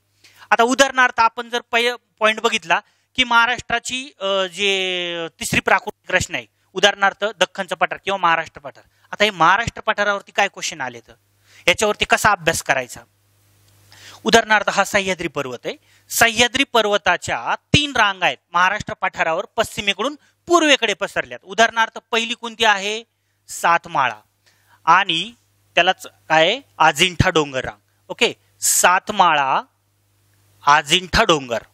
सातमाळा अजिंठा डोंगर जे आहे ही सातमाळा अजिंठा डोंगर. त्याच्यानंतर दुसरी कोणती आहे, हरिश्चंद्र आणि बालाघाट डोंगर. हरिश्चंद्र आणि बालाघाट डोंगर. आणि तिसरी रांग कोणती आहे, शंभू महादेव डोंगर रांग. ओके, तुम्हाला याच्यावरती आता परीक्षेला प्रश्न विचारलेला होता. काय प्रश्न विचारला होता, सह्याद्रीच्या ज्या 3 रांग आहेत उदाहरणार्थ पहिली कोणती आहे, सातमाळा डोंगर आणि तीच अटॅच, ही सलग नाहीये, तुटक तुटक आहे. दुसरी त्याच्यात अटॅच काय, अतिपूर्वेला अजिंठा डोंगर. ओके, अजिंठा डोंगर आहे. त्याच्यानंतर ही कोणती आहे, हरिश्चंद्र. ओके, आणि पुढे गेल्यावर काय आहे, बालाघाट डोंगर. ही बाहेर का गेली तर इकडे हैदराबाद पर्यंत ही रांग गेलेली आहे, ते नंतर आपण बघूया. आणि तिसरी कोणती आहे, शंभू महादेव डोंगर. ही पुढे कर्नाटक पर्यंत गेलेली आहे. ओके, आणि आता आपण बघितलं महाराष्ट्राच्या उत्तरेला ही कोणती पर्वत होती रे, पश्चिमेकडून पूर्वेकडे गेलेली आहे, सातपुडा पर्वत. महाराष्ट्राच्या उत्तरेला कोणता आहे, हे सातपुडा पर्वत. आता मला सांगायचंय, महाराष्ट्र पठारावरती तुम्हाला मागच्या वर्षी परीक्षेला प्रश्न विचारलेला होता. 80% पोरांचा परीक्षेचा प्रश्न चुकला होता. अरे बाबा, नीट लक्षात घ्या. आता प्रश्न काय होता? पठारावरील पर्वत रांगांचा किंवा डोंगरांचा उत्तरेकडून दक्षिणेकडे क्रम लावा. ओके, आता इथं तुम्हाला पर्याय काय दिले होते नीट ऐका बरं का. ह्याच्यामध्ये पर्याय काय होते? पहिला होता सातमाळा, त्याच्यानंतर हरिश्चंद्र, त्याच्यानंतर शंभू महादेव, त्याच्यानंतर अजिंठा. ओके, हे चार. दुसरा पर्याय काय होता तुम्हाला? अजिंठा, त्याच्यानंतर सातमाळा, त्याच्यानंतर हरिश्चंद्र, त्याच्यानंतर शंभू महादेव. तिसरा पर्याय तुम्हाला काय दिलेला होता इकडे? तिसरा पर्याय काय दिला होता? शंभू महादेव, त्याच्यानंतर हरिश्चंद्र, त्याच्यानंतर सातमाळा, त्याच्यानंतर अजिंठा. आणि याच्यामध्ये नीट लक्षात राहू द्या, नंतर पर्याय.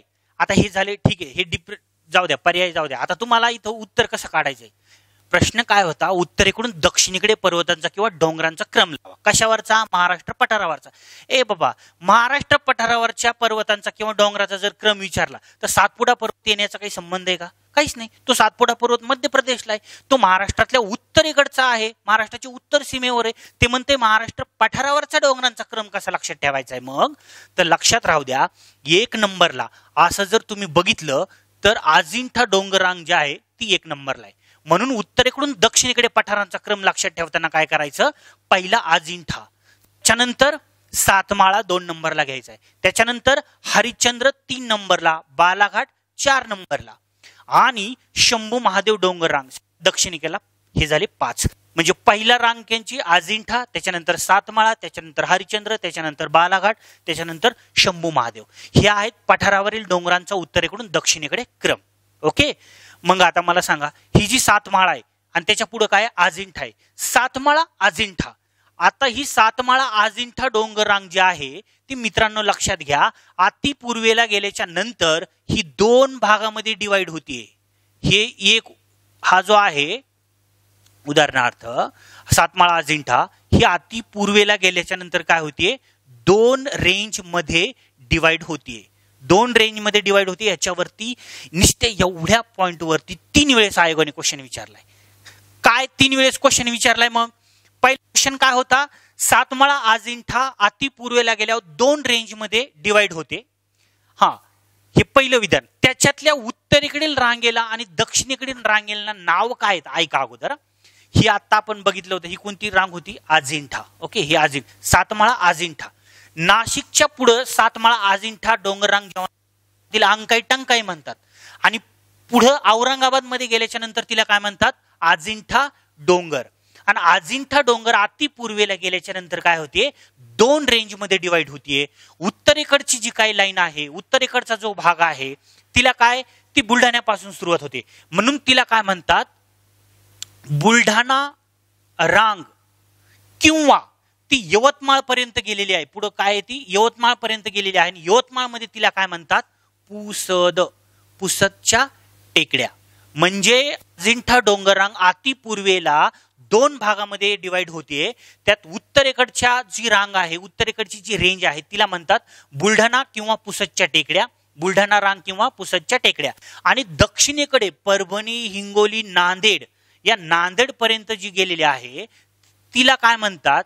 तर तिला म्हणतात निर्मला. निर्मला डोंगर. म्हणजे ही 2 रांग अति पूर्वेला गेल्यावर 2 डिवाइड होते, तिचे 2 रेंज तयार होतात. एक बुलढाणा पुसदच्या टेकड्या किंवा तिला दक्षिणेकडच्याला काय म्हणतात? निर्मला किंवा निर्मला डोंगर, जी नांदेड पर्यंत गेलेली आहे. म्हणजे ही तुम्हाला उत्तरेकडून दक्षिणेकडे बैली. आता दुसरी आहे हरिश्चंद्र आणि बालाघाटचे डोंगर. आता बघा, सातपुडा पर्वतात तुम्हाला अजून एक, मी तुम्हाला मगाशी म्हणलं होतं, ह्याच्यात 3 प्रश्न विचारले होते. मग उत्तरेकडच्या रांगेला काय म्हणतात आणि दक्षिणेकडच्या रांगेला? दक्षिणेकडे काय? निर्मला. उत्तरेकडे काय? बुलढाणा किंवा पुसदचे. हे तुम्हाला उलट विचारलं होतं आयोगाने, ऑप्शन मध्ये उलट दिलं होतं. इथं दुसरा पॉईंट महत्वाचा काय लक्षात ठेवायचा आहे रे बाबा?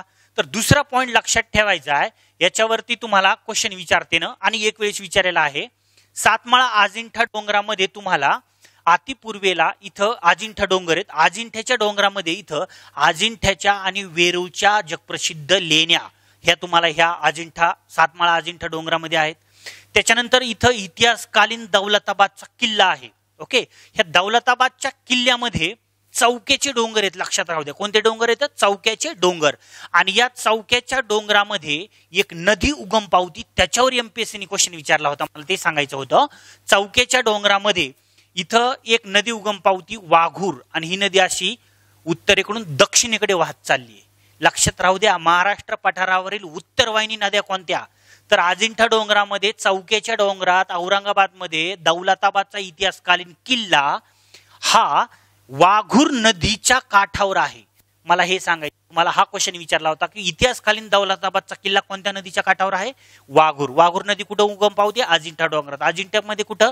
चौक्याचे डोंगर. आणि ही उत्तरेकडून दक्षिणेकडे वाहत जाती. आणि वरून येणारी जी तापी नदी आहे, ही तापी नदी, या तापी नदीला ही नदी येऊन काय होतीये? मिळतीये. तर तापी नदीला वाघूर नदी येऊन मिळते. म्हणजे सातमाळा अजिंठा डोंगराबद्दल कोणते विधान बिनचूक आहेत? तर ही सातमाळा डोंगर पश्चिमेकडून पूर्वेकडे पसरली, अतिपूर्वेकडे दोन रांगेमध्ये, दोन रेंजमध्ये, दोन लाईनमध्ये वेगवेगळी डिवाइड झाली आहे.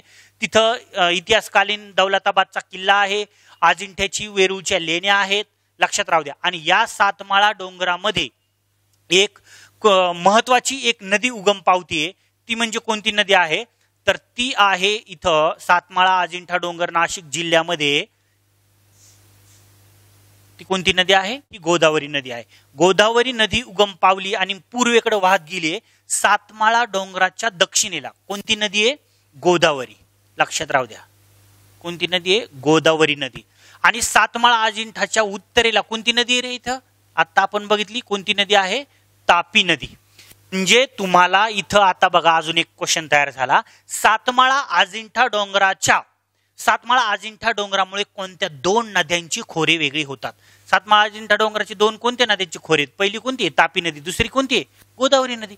म्हणजे त्याच्या दक्षिणेला गोदावरी, त्याच्या उत्तरेला तापी नदी. 2 नंबर. आता हरिश्चंद्र डोंगर आहे. गोदावरी नदीच्या दक्षिणेला कोणते डोंगर आले? हरिश्चंद्र आणि बालाघाट. आणि हरिश्चंद्र बालाघाट डोंगराच्या दक्षिणेला कोणते येतं? शंभू महादेव. पण लक्षात राहू द्या, हे हरिश्चंद्र जे आहे ते पुणे आणि अहमदनगर जिल्ह्यामध्ये दोन्ही ठिकाणी येतात. मग अहमदनगर मधला बाळेश्वरचे डोंगर आणि तुम्हाला पुण्यामधले तसुबाई डोंगर असेल, तर हे जे आहेत हे दोन्ही डोंगर कुणाचे भाग आहेत? हरिश्चंद्र डोंगराचेच भाग आहेत. आणि पुणे आणि अहमदनगरच्या पुढे गेल्याच्या नंतर जिल्हा कोणता तयार होते? ते बीड. तर बीड पासून इकडे काय आहे? उस्मानाबाद. इकडे कोणता लागतोय? लातूर. तर बीड, उस्मानाबाद आणि लातूर या 3 जिल्ह्यामध्ये बालाघाट डोंगर रांग सुरू झाली. बीड पासून सुरू झाली, ती उस्मानाबाद आणि लातूर पर्यंत गेली बालाघाट डोंगर. आणि ही रांग पुढे कुठपर्यंत गेलेली आहे? तर ती हैदराबाद पर्यंत गेलेली आहे. तर या डोंगरात, हरिश्चंद्र डोंगरामध्ये भीमाशंकर या ठिकाणी एक नदी उगम पावते. ती म्हणजे कोणती आहे रे बाबा? भीमा नदी. म्हणजे हरिश्चंद्र डोंगराच्या दक्षिणेला कोणती नदी झाली? भीमा नदी. ओके. आता ही भीमा नदी पूर्वेकडे वाहत गेली कर्नाटकमध्ये. चलो दुसरा बघा. आता दुसरी डोंगर रांग कोणती रे बाबा? शंभू महादेव. तिसरी डोंगर रांग कोणती? शंभू महादेव. शंभू महादेव डोंगर, महादेवाचं प्रसिद्ध या डोंगरामध्ये खूप मंदिर आहे, खूप प्रसिद्ध मंदिर आहे महादेवाचं, त्याच्यामुळे ह्या डोंगर रांगेला महादेवचे डोंगर म्हणतात. तर सातारा आणि त्याच्यानंतर सांगली या 2 जिल्ह्यामध्ये पसरलेली आहे. ओके. म्हणून शंभू महादेव डोंगर महाराष्ट्रात 2 आणि पुढे ही कुठे गेली अरे बाबा? कर्नाटक राज्यांमध्ये गेली आहे. आणि शंभू महादेव डोंगरामध्ये तुम्हाला इथं प्रसिद्ध महाबळेश्वरचा पठार आहे, इथं पाचगणी पठार आहे. तर शंभू महादेव डोंगरात महाबळेश्वर या ठिकाणी एक नदीचा उगम होतो आणि ती नदी कोणती आहे? कृष्णा नदी. हे नदीचं नाव काय? कृष्णा नदी. तर ही कृष्णा नदी शंभू महादेव डोंगराच्या कुठे? दक्षिणेला. आणि ही वाहत जाऊन इकडं कर्नाटक राज्यामध्ये गेली. आणि कर्नाटक राज्यामध्ये या नदीला उत्तरेकडून आलेली जी आहे भीमा नदी, ही कृष्णा नदीला मिळते कुरगुडी या ठिकाणी. या दोघींचा संगम तुम्हाला एमपीएससीने प्रश्न विचारला होता, भीमा आणि कृष्णा नदीचा संगम कुठे होतो? तर संगम कुठे होतोय? कर्नाटक राज्यामध्ये. कर्नाटक राज्यामध्ये कुठे होते रे बाबा? कुरगुडी या ठिकाणी. कुरगुडी कुठे? रायचूर जिल्ह्यामध्ये. रायचूर जिल्ह्यामध्ये कुरगुडी येथे कर्नाटक राज्यामध्ये कोणाचा संगम होतोय? भीमा आणि कृष्णा नद्यांचा. आणि ही नद्या तिकडं आंध्र प्रदेशामध्ये जाऊन कुणाला जाऊन मिळतात? अरबी समुद्राला. ही गोदावरी त्रिभुज प्रदेश तयार केला, बंगालच्या उपसागराला जाऊन मिळाली. कृष्णा नदीने त्रिभुज प्रदेश केला, बंगालच्या उपसागराला मिळाली. आता मित्रांनो याच्यामध्ये हे जे महाराष्ट्र पठार आहे हे जनरल बघितलं. आता महाराष्ट्र पठारावरती तुम्हाला जे काही क्वेश्चन विचारलेले आहेत, तर प्रश्न काय विचारते तुम्हाला लक्षात कसं ठेवायचंय, कोणत्याही पुस्तकातली तुम्ही थेअरी वाचून झाली की तुम्ही काय करायचंय, नकाशा कधी पण काढायचा. नकाशा जर तुम्हाला काढता आला, नकाशामध्ये जर सगळे पॉइंट जर बसवता आले तर ते कधीच विसरत नाहीयेत, लक्षात राहू द्या. तर ते तुम्हाला नकाशा काढून बसवता आले पाहिजेत. तर परत एकदा सांगतोय तुम्हाला. आता थोडक्यात इथे आता आपण बघितली कोकण किनारपट्टी, हा सह्याद्री पर्वत आणि तिकडचं महाराष्ट्र पठार. ओके, आता बघा महत्वाचा पॉइंट. पहिला पॉइंट काय विचारतील तुम्हाला, महाराष्ट्राची निर्मिती कशी झाली. महाराष्ट्राच्या निर्मितीसाठी तुम्हाला भ्रंशमूलक, कोणत्याही पुस्तकात गेलात ना तुम्ही, भ्रंशमूलक ज्वालामुखीचे उद्रेक झाले, किंवा तुम्हाला काय म्हणते तर भेगीय आणि भ्रंशमूलक ज्वालामुखीचे उद्रेक झाले ह्या महाराष्ट्र पठार. उदाहरणार्थ हा पृथ्वीच्या भूगर्भातून आतून ज्वालामुखीचे उद्रेक झाले, हा झाला भेगीय ज्वालामुखीचे उद्रेक. हे असा ज्वालामुखीचे उद्रेक झाले आणि त्याच्यामधून हा तप्त लावारस असा जमिनीवरती पसरलेला आहे. हे तप्त लावारसाचे उद्रेक झालेत. अरे बाबा उद्रेक किती झाले, क्वेश्चन लक्षात ठेवण्यासाठी महत्वाचे पॉइंट आहे. उद्रेक किती झाले, 29 उद्रेक झाले. किती वेळा, 29 वेळा भेगीय आणि भ्रंशमूलक ज्वालामुखीचे उद्रेक झाले. अरे उद्रेक झाले आणि ज्वालामुखीतून बाहेर काय येत असतं, तप्त लावारस, शिलारस बाहेर येतोय. हा शिलारस जमिनीतून वरती आल्याच्या नंतर 29 वेळा त्याचे उद्रेक झाले आणि 29 वेळा उद्रेक होऊन असे तप्त शिलारसाचे उद्रेक होऊन लावारस जो पसरला, असे थरावर थर एकूण किती थर झाले, 40 थर. आणि हा लावारस असा पूर्ण पसरलाय. आता नीट लक्षात घ्या, हा लावारस इकडे पश्चिमेकडे काय वाहत गेला, इकडे पूर्वेकडे वाहत गेलाय. अरे ज्वालामुखीचे उद्रेक जे आहेत, अंतर्गत ज्वालामुखी आणि बहिर्गत बघितला असेल तुम्ही, तर याच्यामध्ये अंतर्गत मध्ये तुम्हाला बॅथोलिथ, सील, सिस्ट हे जे बघितलं होतं तुम्ही, त्याच्यानंतर डाईक. आता हा ज्वालामुखी वरती आलाय डाईक प्रकारे, इकडे असा काय झालाय, हे पूर्ण असा भिंतीसारखा असा सरळ स्ट्रेट मध्ये ज्वालामुखीचा उद्रेक. इकडे लावारस वाहत जाऊन त्याची जाडी जी आहे ती कुणीकडे जास्त झाली रे बाबा, पश्चिमेला. तुम्हाला विचारलं होतं सह्याद्री पर्वतावर ह्या जे काही लावारसाचे म्हणजे महाराष्ट्र पठाराची सर्वात जास्त जाडी कुणीकडे, पश्चिमेकडे. पश्चिमेकडे मुंबईकडे परीक्षेला विचारलं होतं. मुंबई आणि म्हणजे इथं ठाणे, या ठाण्यामध्ये सगळ्यात जास्त महाराष्ट्र पठाराची किंवा सह्याद्री पर्वताची जाडी जास्त आहे. आणि हा लावारस अति पूर्वेकडे गेल्याच्या नंतर असा लांबवर वाहत गेलेला आहे.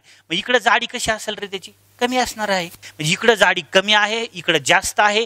म्हणजेच महाराष्ट्र पठाराचा जो उतार आहे तो महाराष्ट्र पठाराचा कुणीकडे उतार आहे, पश्चिमेकडून पूर्वेकडे.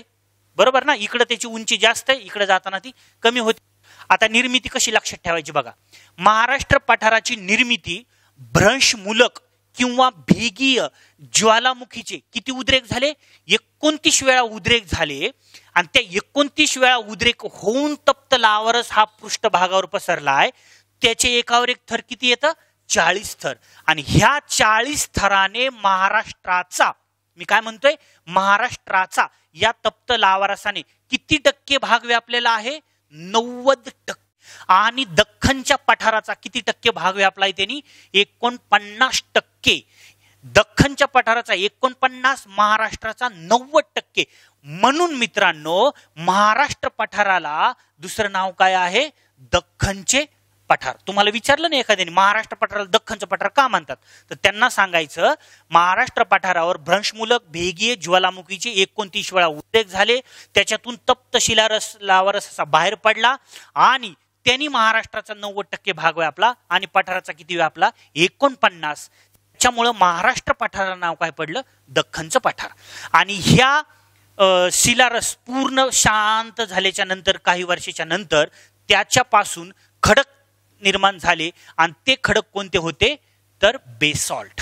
मग महाराष्ट्र पठारावरती तुम्हाला क्वेश्चन विचारते ना, कोणते खडक आढळतात, महाराष्ट्र पठार कोणत्या खडकाने तयार झालेला आहे, तर कोणते खडक आहेत, बेसॉल्ट खडक. मग बेसॉल्ट खडकाचं अपक्षरण होऊन कोणती मृदा तयार होते रे, कोणत्या ना कोणत्या खडकाचं अपक्षरण होऊन मृदा तयार होत असते. मग तसंच बेसॉल्ट खडकाचं अपक्षरण झाल्याच्या नंतर कोणती मृदा तयार होते, तर मृदा होते रेगूर, किंवा त्याला दुसरं नाव आहे रेगुड. ओके, दुसरं काय नाव आहे? रेगुण आहे. रेगूर किंवा रेगुड, आणि त्यालाच म्हणतो आपण काळी मृदा, आणि काळ्या मृदेलाच आपण काय म्हणतो? कापसाची मृदा.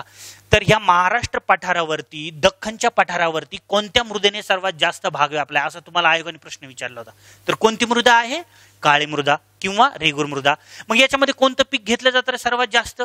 तर याच्यामध्ये कापसाचं पीक घेतलं जातं, म्हणून तर त्या मृदेला कापसाची मृदा म्हणतात.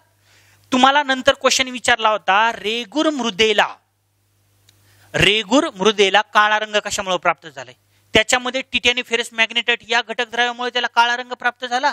ओके, म्हणजे तुम्हाला सांगायचं आहे, ही तुम्हाला निर्मिती सांगितली आपण जनरल, तुम्हाला जर विचारले क्वेश्चन तर ही निर्मिती सांगायची. या पद्धतीने महाराष्ट्र पठाराची निर्मिती झालेली आहे. खूप सोपं आहे.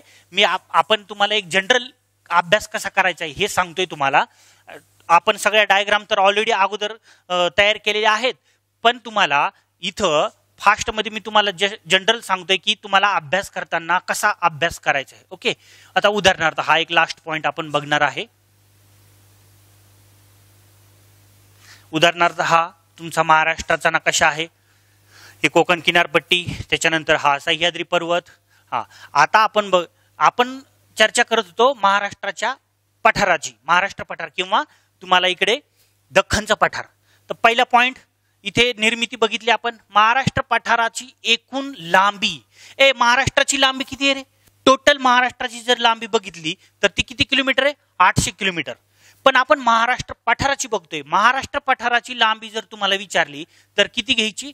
750 किलोमीटर. 750 किलोमीटर. ओके, त्याच्यानंतर उत्तर दक्षिण जर तुम्हाला विचारली, इकडे किती होती? महाराष्ट्राची किती आहे तुम्हाला? 730. काही पुस्तकात तुम्हाला 720 दिलेला आहे. लक्षात काय ठेवणार? 730. कधी बी लक्षात राहू द्या. 730 उत्तर दक्षिण. पण पठाराची किती आहे? पठाराची आहे 700. महाराष्ट्र पठाराची उत्तर दक्षिण रुंदी किंवा उत्तर दक्षिण लांबी किती? 700. आणि पूर्व पश्चिम किती आहे? 750.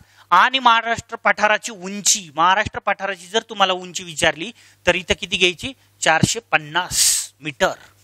450. ओके, ही झाली लांबी रुंदी. ओके, आता बघा नेक्स्ट पॉइंट. आता याच्यामध्ये तुम्हाला हे एक नीट लक्षात राहू द्या बरं का, ह्याच्यावरती खूप क्वेश्चन डिपेंड आहेत. तर महाराष्ट्र पठारावरती तुम्हाला जर क्वेश्चन अजून काय विचारला, महाराष्ट्र पठाराची उताराविषयी जर विचारलं, तर महाराष्ट्र हे जे महाराष्ट्र पठार आहे, महाराष्ट्र पठारावर सर्वत्र सारखा उतार नाहीये. लक्षात राहू द्या, महाराष्ट्र पठारावर सर्वत्र सारखा उतार नाहीये. कुणीकडून कसा उतार आहे?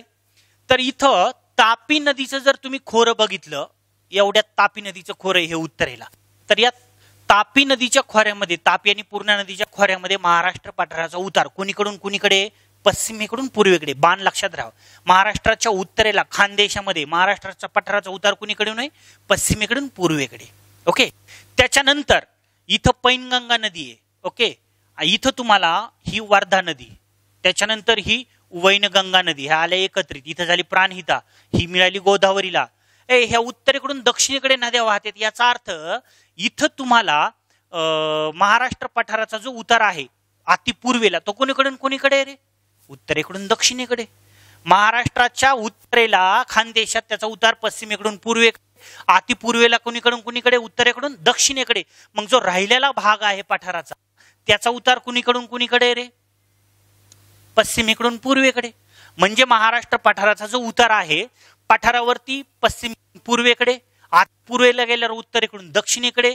महाराष्ट्राच्या उत्तरेला तापी पूर्णा नदीच्या खोऱ्यामध्ये पूर्वेकडून पश्चिमेकडे, आणि कोकणामध्ये जर गेलात तर तुम्हाला त्याचा उतार कुणीकडे? पश्चिमेकडून पूर्वेकडे. आता शेवटचा पॉइंट तुम्हाला मला सांगायचा आहे. महाराष्ट्र पठारावरती आता अभ्यास करताना एक पॉइंट मला तुम्हाला सांगायचा आहे की प्रत्येक परीक्षेला, कोणती परीक्षा असू द्या, मग ती राज्यसेवेची असेल, कंबाईनची असेल, तर ह्या प्रत्येक परीक्षेला मित्रांनो तुम्हाला एक क्वेश्चन फिक्स विचारला जातो. कोणता क्वेश्चन आहे? उदाहरणार्थ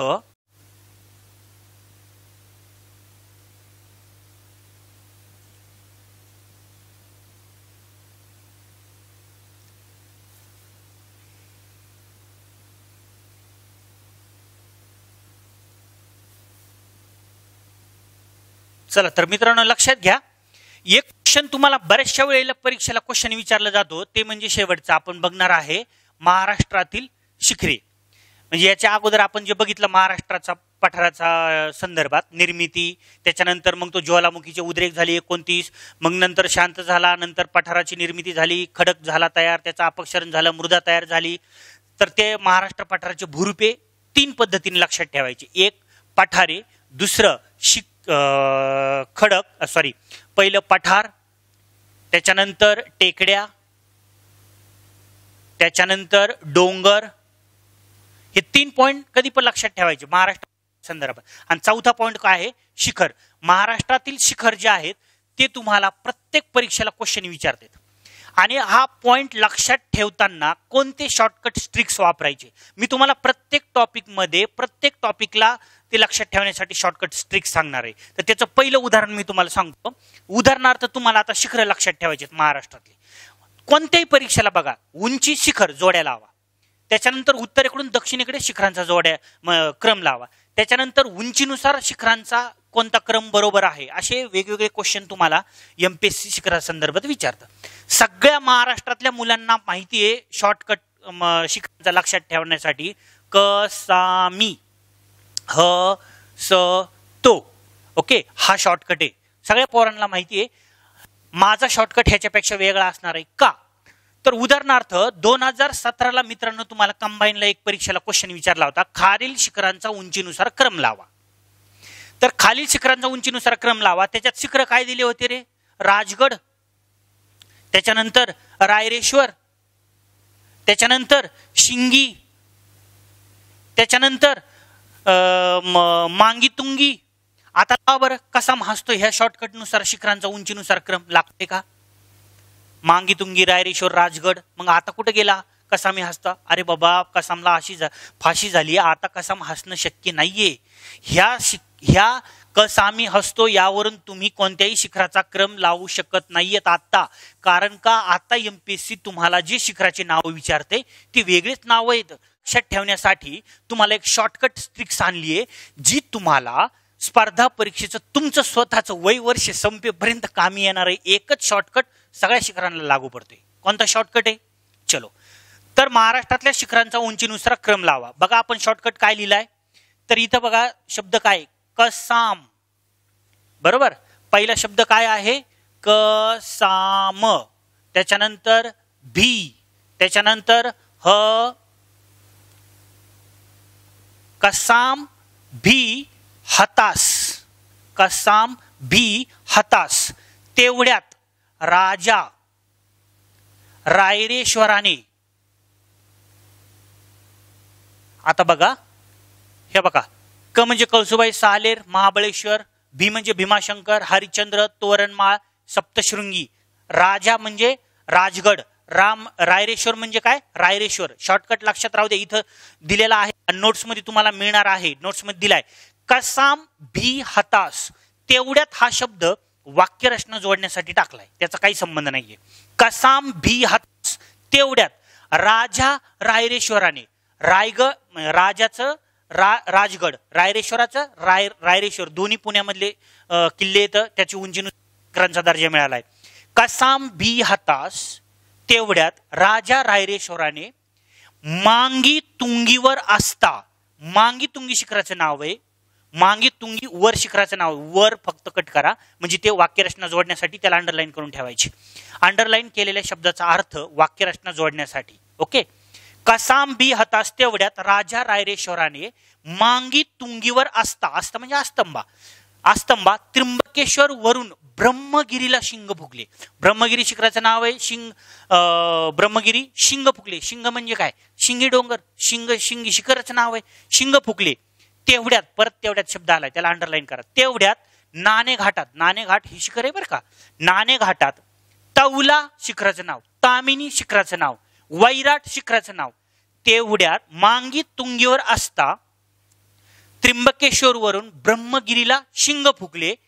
तेवढ्यात नाणेघाटात तौला तामिनीने वैराट सोबत चिखलदरा गाठला. म्हणजे तौला तामिनी आणि वैराट पळून गेले कुठं? चिखलदऱ्याला. तर तौला तामिनीने वैराट सोबत चिखलदरा गाठला. व हनुमानाने गड्डलगट्टा जिंकून घेतला. मित्रांनो, हे 3 वळीत शॉर्टकट तुम्ही पाठ करायच्या. 3 वळी तुमच्या पाठ झाल्याच्या नंतर तुम्हाला महाराष्ट्रातलं कोणतंही शिखर एकदम उंचीनुसार लक्षात राहील आणि तुम्हाला काही गरज नाहीये दुसऱ्या ह्यांचा क्रम बरोबर आहे का चुके, फक्त शॉर्टकट जर लक्षात राहिला ना तुमच्या, उंची पाठ करायची गरज नाही लागत आहे. तर मी अशा पद्धतीने म्हणजे असे शॉर्टकट घेऊन तुम्हाला शिकवणार आहे. विथ कलरफुल डायग्राम तुम्हाला नकाशे घेऊन शिकवणार आहे. हे तुम्हाला लक्षात यावं अभ्यास करताना कसा अभ्यास करायचा आहे म्हणून तुम्हाला मी हे डायग्राम ही केल्या म्हणजे काढून दाखवल्या. पण ऍक्च्युली तुम्हाला अभ्यास करताना जे आहे तर कधी बी कोणत्याही टॉपिकचे जे आहे डायग्राम तर मी तुम्हाला कलरफुल डायग्रामनुसारच घेऊन शिकवणार आहे. तर लक्षात घ्या, कधी बी जे तुम्हाला आयोग क्वेश्चन विचारेल तर त्याचं डायग्राम काढून अभ्यास कसा करायचा आहे याच्यावरून मी तुम्हाला डायग्राम काढूनच शिकवणार आहे. अशा डायग्राम तुम्हाला प्रत्येक नोट्सच्या दिलेल्या आहेत. उदाहरणार्थ हा तुम्हाला कोकणाचा नकाशा आहे. कोकणामध्ये तुम्हाला मग ह्या कोणत्या जिल्ह्यामध्ये कोणत्या बीच आहेत, चौपाटी आहेत, टोबोलो आहेत, प्रारूप आहेत, त्याच्यावरून तुम्हाला उत्तर दक्षिण क्रम, जिल्ह्यांचे जोड्या लावा, असे वेगवेगळे क्वेश्चन तुम्हाला आयोग विचारत असतं. असे प्रत्येक डायग्राम जे आहे मी प्रत्येक कोणताही तुम्ही टॉपिक जर म्हणला त्या प्रत्येक टॉपिकच्या कलरफुल डायग्राम तुम्हाला मी काढलेले आहेत आणि त्या सगळ्या डायग्राम ज्या आहेत नव्याने परत त्या तुम्हाला मी नोट्समध्ये देणारच आहे. तर त्याचं काय तुम्ही टेन्शन घ्यायचं नाही. कोणत्या कोणत्या परीक्षेला कोणते कोणते जे क्वेश्चन येतील ते सगळे डायग्रामॅटिकल आहेत. सगळ्या डायग्राम महाराष्ट्राचा असेल, भारताचा असेल, जगाचा असेल, कोणतेही क्वेश्चन विचारू द्या मी तुम्हाला ह्या डायग्राम अशा काढून देणार आहे. सगळ्या डायग्राम तुम्हाला तुमच्याकडून काढून घेणार आहे. मी काढलेल्या आहेत तर त्या तुम्ही कशा काढायच्या, कसे पॉईंट लक्षात ठेवायचे, या सगळ्या डायग्रामॅटिकल पॉईंट तुम्हाला मी देणार आहे. PDF स्वरूपात नोट्स देणार आहे. बॅच बद्दल आपण 2 मिनिटात सपोज जर चर्चा करायची जर झाली 2 मिनिटं आपण बॅच बद्दल बोलूया. कारण का आता तुम्हाला नवीन भूगोलची बॅच जी चालू होतीये त्या भूगोलच्या बॅचमध्ये काय काय तुम्हाला घेतलं जाणार आहे आणि कसं घेतलं जाणार आहे याच्यावरती आपण 2 मिनिटं चर्चा करूया. तर जशा ऑदर विषयाच्या तुम्हाला बॅच सुरू झालेल्या आहेत तशीच आता भूगोलची बॅच सुरू होतीये. तर भूगोलच्या बॅचचा अभ्यास करताना मी तुम्हाला काय घेणार आहे, कसं घेणार आहे याच्यावरती तुम्हाला नोट्स आहेत. ह्या टेलिग्राम चॅनलवरती नोट्स टाकणार आहे. तुम्ही म्हणणार आता जुन्या नोट्स आहेत, आता नवीन नोट्स पण तुम्हाला मी देणार आहे. त्या नवीन नोट्स तुम्हाला टॉपिक शिकून झाला की त्या टॉपिकवरती PDF स्वरूपात नोट्स देईन. त्यासाठी टेलिग्राम चॅनल तुम्हाला जॉईन करायचं आहे. त्याच्यामध्ये पहिला पॉईंट बघा, म्हणजे @GEO सचिन सर या टेलिग्राम चॅनल तुम्हाला जॉईन करायचे. त्याच्यावरती PDF स्वरूपात तुम्हाला नोट्स मिळणार आहेत. ज्या विद्यार्थ्यांना काही प्रॉब्लेम असतील, काही विचारायचं असेल त्यांनी ह्या नंबरवरती कॉन्टॅक्ट करायचा आहे 8793439323. तर हे जॉईन करा. तर मित्रांनो लक्षात घ्या, भूगोलची बॅच सुरू होतीये 22 तारखेला. 22 तारखेला तुम्हाला भूगोलची बॅच सुरू होत आहे. याच्यामध्ये तुम्हाला 30 दिवसाची बॅच आहे. दिवस जर तुम्ही काउंट केले तर दिवस किती आहेत, 30 दिवस आहेत. पण 1-1 तासाच्या लेक्चरनी तुम्हाला जवळजवळ 60 लेक्चर होणार आहेत. महाराष्ट्राचा भूगोल, भारताच्या भूगोलले काही क्वेश्चन, काही टॉपिक तुम्हाला घेणार आहे, जगातले काही टॉपिक घेणार आहे. तर याच्यामध्ये त्याच्यानंतर 30 दिवसाच्या बॅचमध्ये तुम्हाला काय काय घेणार आहे, प्रत्येक दिवशी एक टॉपिक, त्या एक टॉपिक शिकून झाला का त्याच्यावरती आतापर्यंत आयोगाचे आलेले प्रश्न हे सगळे सॉल्व्ह करून तुमच्याकडनं घेणार आहे ॲनालिसिस स्वरूपात. ओके. तर प्रत्येक टॉपिक झाल्याच्या नंतर तुम्हाला त्या टॉपिकवर एक टेस्ट असेल, त्याचं ॲनालिसिस करून मग दुसरा टॉपिक तुम्हाला शिकवला जाईल. त्याच्यानंतर तुम्हाला त्या टॉपिकच्या PDF स्वरूपात नोट्स म्हणजे पाठवण्यात येतील. त्याच्यानंतर ज्या मुलांना तिकडे झेरॉक्स सेंटर नाहीये वगैरे अशा मुलांना जर इकडं पार्सलची सुविधा पण आहे, त्याचा खर्च ऑर्डर तुम्हाला द्यावा लागेल नोट्स पाठवायचा वगैरे. तर ते लक्षात राहू द्या, तुम्हाला PDF स्वरूपात नोट्स मिळतील. त्याच्यानंतर महत्त्वाचा पॉईंट हा आहे की प्रत्येक पॉईंट तुम्हाला नकाशाद्वारे शिकवले जाणार आहेत. ओके. सगळा 15 पैकी 15 भूगोलचे जे मार्क आहेत 15 पैकी 15. आता लक्षात घ्या मित्रांनो, तुम्हाला 7 विषय आहेत कंबाईनला. एका तासामध्ये म्हणजे 60 मिनिटांमध्ये 100 प्रश्न सॉल्व्ह होतात का, नाहीये.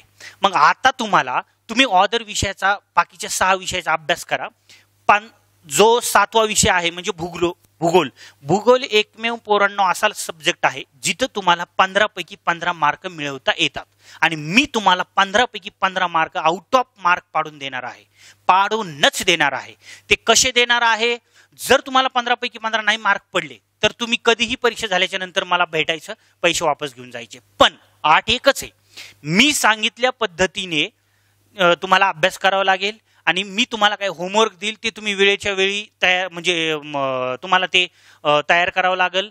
टेस्ट ज्या आहेत सगळ्या द्यावं लागतील, रेग्युलर लेक्चर करावं लागेल, बॅच लावावं लागेल आणि सांगन त्या पद्धतीने अभ्यास करावा लागेल. 100 पैकी म्हणजे तुम्हाला 100% 15 पैकी 15 मार्क पाडून देण्याची गॅरंटी माझ्याकडे आहे. जर तुम्हाला मेन्सला बसायचं असेल तर तुम्हाला 60+ मार्क येण्याची अत्यंत घेण्याची गरज आहे. कारण का मागच्या जर परीक्षा बघितल्या तुम्ही मित्रांनो तर तुम्हाला 57, 58, 55 असं मेरिट लागले. म्हणजे आता या वर्षीच्या 2020च्या जर कंबाईन तुम्हाला क्रॅक करायची असेल, डायरेक्ट स्टेडियम मधून उतरून डायरेक्ट मेन्सची बॅटिंग करायची असेल ना तर तुम्हाला 60+ मार्क पाहिजे. 100 मार्कापैकी 60+ जर घ्यायचे असेल तर तुम्हाला भूगोलला 15 पैकी 15 मार्क येणं गरजेचं आहे. आणि भूगोलला 15 पैकी 15 मार्क कसे आणायचे ती माझी गॅरंटी आहे. मी अभ्यास करून तुम्हाला नोट्स देतो, लेक्चर देतोय, सगळं मटेरियल देतोय. तुम्ही फक्त वाचन करायचे. अदर टायमिंग तुम्ही तुमच्या 6 विषयाला द्या. भूगोलचा जो टायमिंग आहे पर डे तुम्ही फक्त 2 तास माझ्यासाठी द्या, म्हणजे भूगोलसाठी द्या. मी तुम्हाला परफेक्ट नंतर काहीच करायची गरज नाही लागणार. तुम्हाला 15 पैकी 15 मार्क पाडून देण्याची गॅरंटी माझी. पण मी सांगतोय त्या पद्धतीने तुम्हाला करावं लागेल. ओके, जास्त काही मी तुम्हाला बोलत नाहीये. आज आपण इथेच थांबणार आहेत. एवढं एक जनरल तुम्हाला इकडे कसं लेक्चर होणार आहे, कसं मी तयारी करून घेणार आहे याच्यासाठी आपण एक फर्स्ट लेक्चर तुम्हाला मी बनवलेला आहे. अशा पद्धतीने आज पहिल्या दिवशी सगळं शिकू शकत नाहीये मी, किंवा ते पॉसिबल नाही 1 तासात सगळं घेणं. पण विश्वास ठेवा, तुमचे 15 पैकी 15 मार्क मारून मी देईल. सगळ्या नोट्स, कलरफुल डायग्राम, इथे एवढा मोठा कॉम्प्युटराइज टच स्क्रीन बोर्ड घेतलेला आहे. ह्याच्यावर तुम्हाला एकदम जबरदस्त क्लॅरिटी तुम्हाला येत असेल. तुम्हाला कळत, बाकीचे लेक्चर बघितल्यावर तुमच्या लक्षात आलंच असेल. तर डायरेक्ट लाईव्ह लेक्चरमध्ये जसं बसल्यावर फील येते ना, सेम तसं तुम्हाला इथं फील होणार आहे. आवाज एकदम क्लॅरिटी आहे, सगळे टॉपिक बरोबर होतो. आणि महत्त्वाचा पॉईंट, ऑनलाईन नाहीये हे. अगोदर आम्ही उद्याचं लेक्चर अगोदरच बनवतोय, ते एडिटिंग करतोय आणि परफेक्ट लेक्चर आम्ही तुमच्या समोर देतोय. त्याच्यामुळे एवढी क्लॅरिटी आणि एवढं भयानक सगळ्या सुविधा तुम्हाला महाराष्ट्रात कुठेच नाहीत आणि एकदम कमी पैशामध्ये. ठीक आहे, तर जास्त काही बोलत नाहीये. बॅच लावा. 22 तारखेला बॅच सुरू होत आहे. जास्तीत जास्त मित्रांना पण सांगा. 1000 रुपये आपण फीस ठेवलेली. 1000 मध्ये तुम्हाला एवढं सगळ्या सुविधा देत आहेत, नोट्स देत आहेत, 60 लेक्चर आहेत, पैकीच्या पैकी मार्काची गॅरंटी आहे तुम्हाला. टेस्ट पेपर तुम्हाला सराव जे आहे, सराव परीक्षा मी 100 मार्काची घेणार आहे महाराष्ट्राच्या आणि भूगोलचा, आणि झालेल्या प्रश्नपत्रिका ॲनालिसिस घेणार आहे. तर आपण महाराष्ट्राचा, भारताचा भूगोल, जगाचे काही टॉपिक कंबाईन दृष्टिकोनातून ही बॅच सुरू होत आहे. कंबाईन ग्रुप सी, ग्रुप बी आणि सरळ सेवा येणाऱ्या परीक्षेला ज्या काही येतील त्यांच्यासाठी हे महत्त्वाचे आहे. राज्यसेवेला महाराष्ट्राच्या मुख्य परीक्षेसाठी तुम्हाला फायदा होतो. महाराष्ट्राचा भूगोल कमी मार्काला विचारतात, पण आता जर विचार केला तर महाराष्ट्र, भारत आणि जग, म्हणजे भारताच्या भूगोलकडे आता दृष्टिकोन थोडा क्वेश्चन विचारण्याचा जास्त झालेला आहे. म्हणून महाराष्ट्राचा भूगोल, भारताचा भूगोल आपण घेणार आहेत. तर आता रेग्युलर लेक्चर सिरीज सुरू होणार आहे. तर जास्तीत जास्त लवकरात लवकर आपल्या मित्रांना सांगा, ॲडमिशन घ्या. ओके, आणि काही तुमच्या डाऊट्स असतील, काही तुम्हाला विचारायचं असेल, नंतर आपण डाऊट सेक्शन पण ठेवणार आहे. आणि तुम्हाला मोबाईल नंबर दिलाय, त्याच्यावरही तुम्ही कॉन्टॅक्ट करा. आपण भेटूया 22 तारखेला रेग्युलर लेक्चर सिरीजला. Okay, thank you. तोपर्यंत व्यवस्थित राहा. कोरोनाच्या महामारीमध्ये थोडी स्वतःची काळजी घ्या, फॅमिलीची काळजी घ्या, आणि सगळ्यात महत्त्वाचं म्हणजे अभ्यास करा. एक्झाम होईल का नाही होईल हे असले निगेटिव्हिटी डोक्यात घ्यायची नाही. अभ्यास करा. अभ्यास केलेला कधी पण फायदा राहणार नाही. एक्झाम होईल नाही होईल ते नंतरची गोष्ट आहे. आणि जर झालीच तर मग काय करणार? अभ्यास चालू ठेवा. ओके, तर ठीक आहे, चलो, टेक केअर, बाय, थँक्यू.